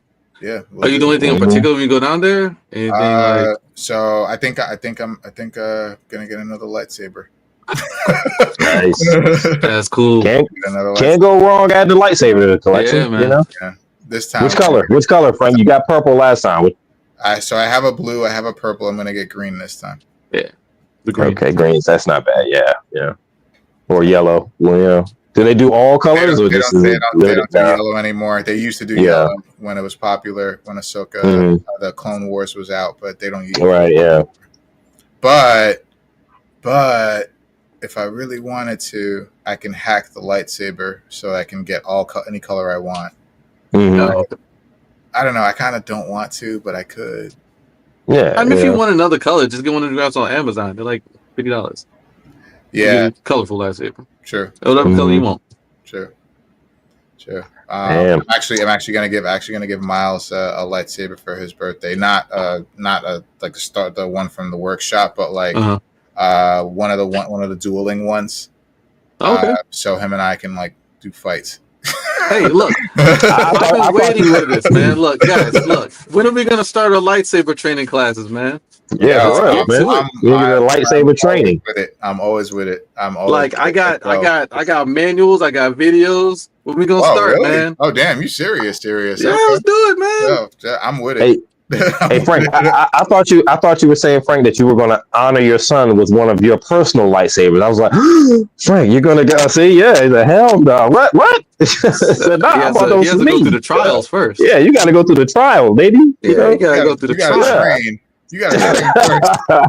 Yeah, the master. And then once I think you're ready to have one of my lightsabers bestowed upon you, you still won't be able to use it. It's going to be for display only. For like this is what I hope to be one day. I hope to be here. Yeah, man. I thought you were saying you're gonna honor your son with one of your personal lightsabers. It's a good lightsaber it's a really good lightsaber that he's getting. It's a dueling one from Saberman. But okay. Oh, nice. But it's a dueling. Like I have two, one for me, one for him, and he gets to pick whatever. And with those, you can do whatever color you want too. You know? Yeah. So I'm like, the light up effects and everything, the clash effects. There you go. Like, right here in this space. I'm like, let's fight. Let's go. The worst lightsaber design is always dark saber, man. To me, I mean, even the color like black just doesn't go well with the saber, and just I don't like the blade. You know what I mean? It just doesn't look. You know, I like the hilt. I do like the hilt. The hilt's probably the best part about it. Yeah, it doesn't look like a lightsaber to me. I still think it's something else. It looks like a sword. It looks like a sword with a sword with the design with the white on the outsides, like a white line on the outside. Yeah, that's what I'm saying. Like, it doesn't seem like I don't feel like there's a kyber crystal in that thing. Yeah, right. It's like it's just that's something else. Yeah, it doesn't fit the typical bill. But hey, maybe we'll find out in Mandalorian and Grogu. Because remember, they crushed it, so there has to be rebuilt for Grogu to use it. I'm predicting. Maybe. So they crushed the Darksaber. Man, that was so long ago. Where the hell's the Mandalorian at, man? Damn, that was so long ago. I like season 3 too, man. That was great. You know why I loved it. I know everybody had a problem. Don't get me with started on Star Wars. It's late, guys. Don't get me started, man. It is late. It's tomorrow. Yeah, man. I just want to play one thing. Oh my god. Don't do it. Checked all these people's identification cards No, we haven't done that. Why would we have done that, GI? to see if there are any known Nazis. If so, they will be dispatched out. Short order. That's Trump. That's Trump with the. Well, I don't think there are any Nazis here. That's what a Nazi would say. I love that. Okay, let's call it. All right, All so, right. All right, Joe. All right, boys, man. Y'all be good, man. all right, y'all be good. You take it easy. Take care. Yeah. Everybody. Thanks for tuning in to the Intelligent Idea Talkers podcast. All right, see you. Yo.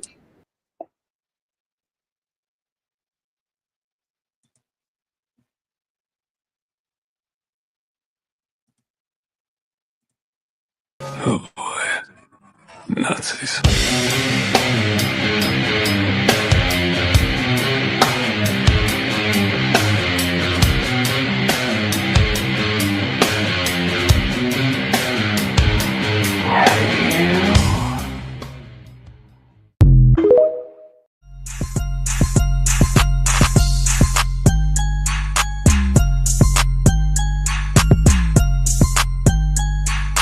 Welcome to the Intelligent Idea Talking Podcast.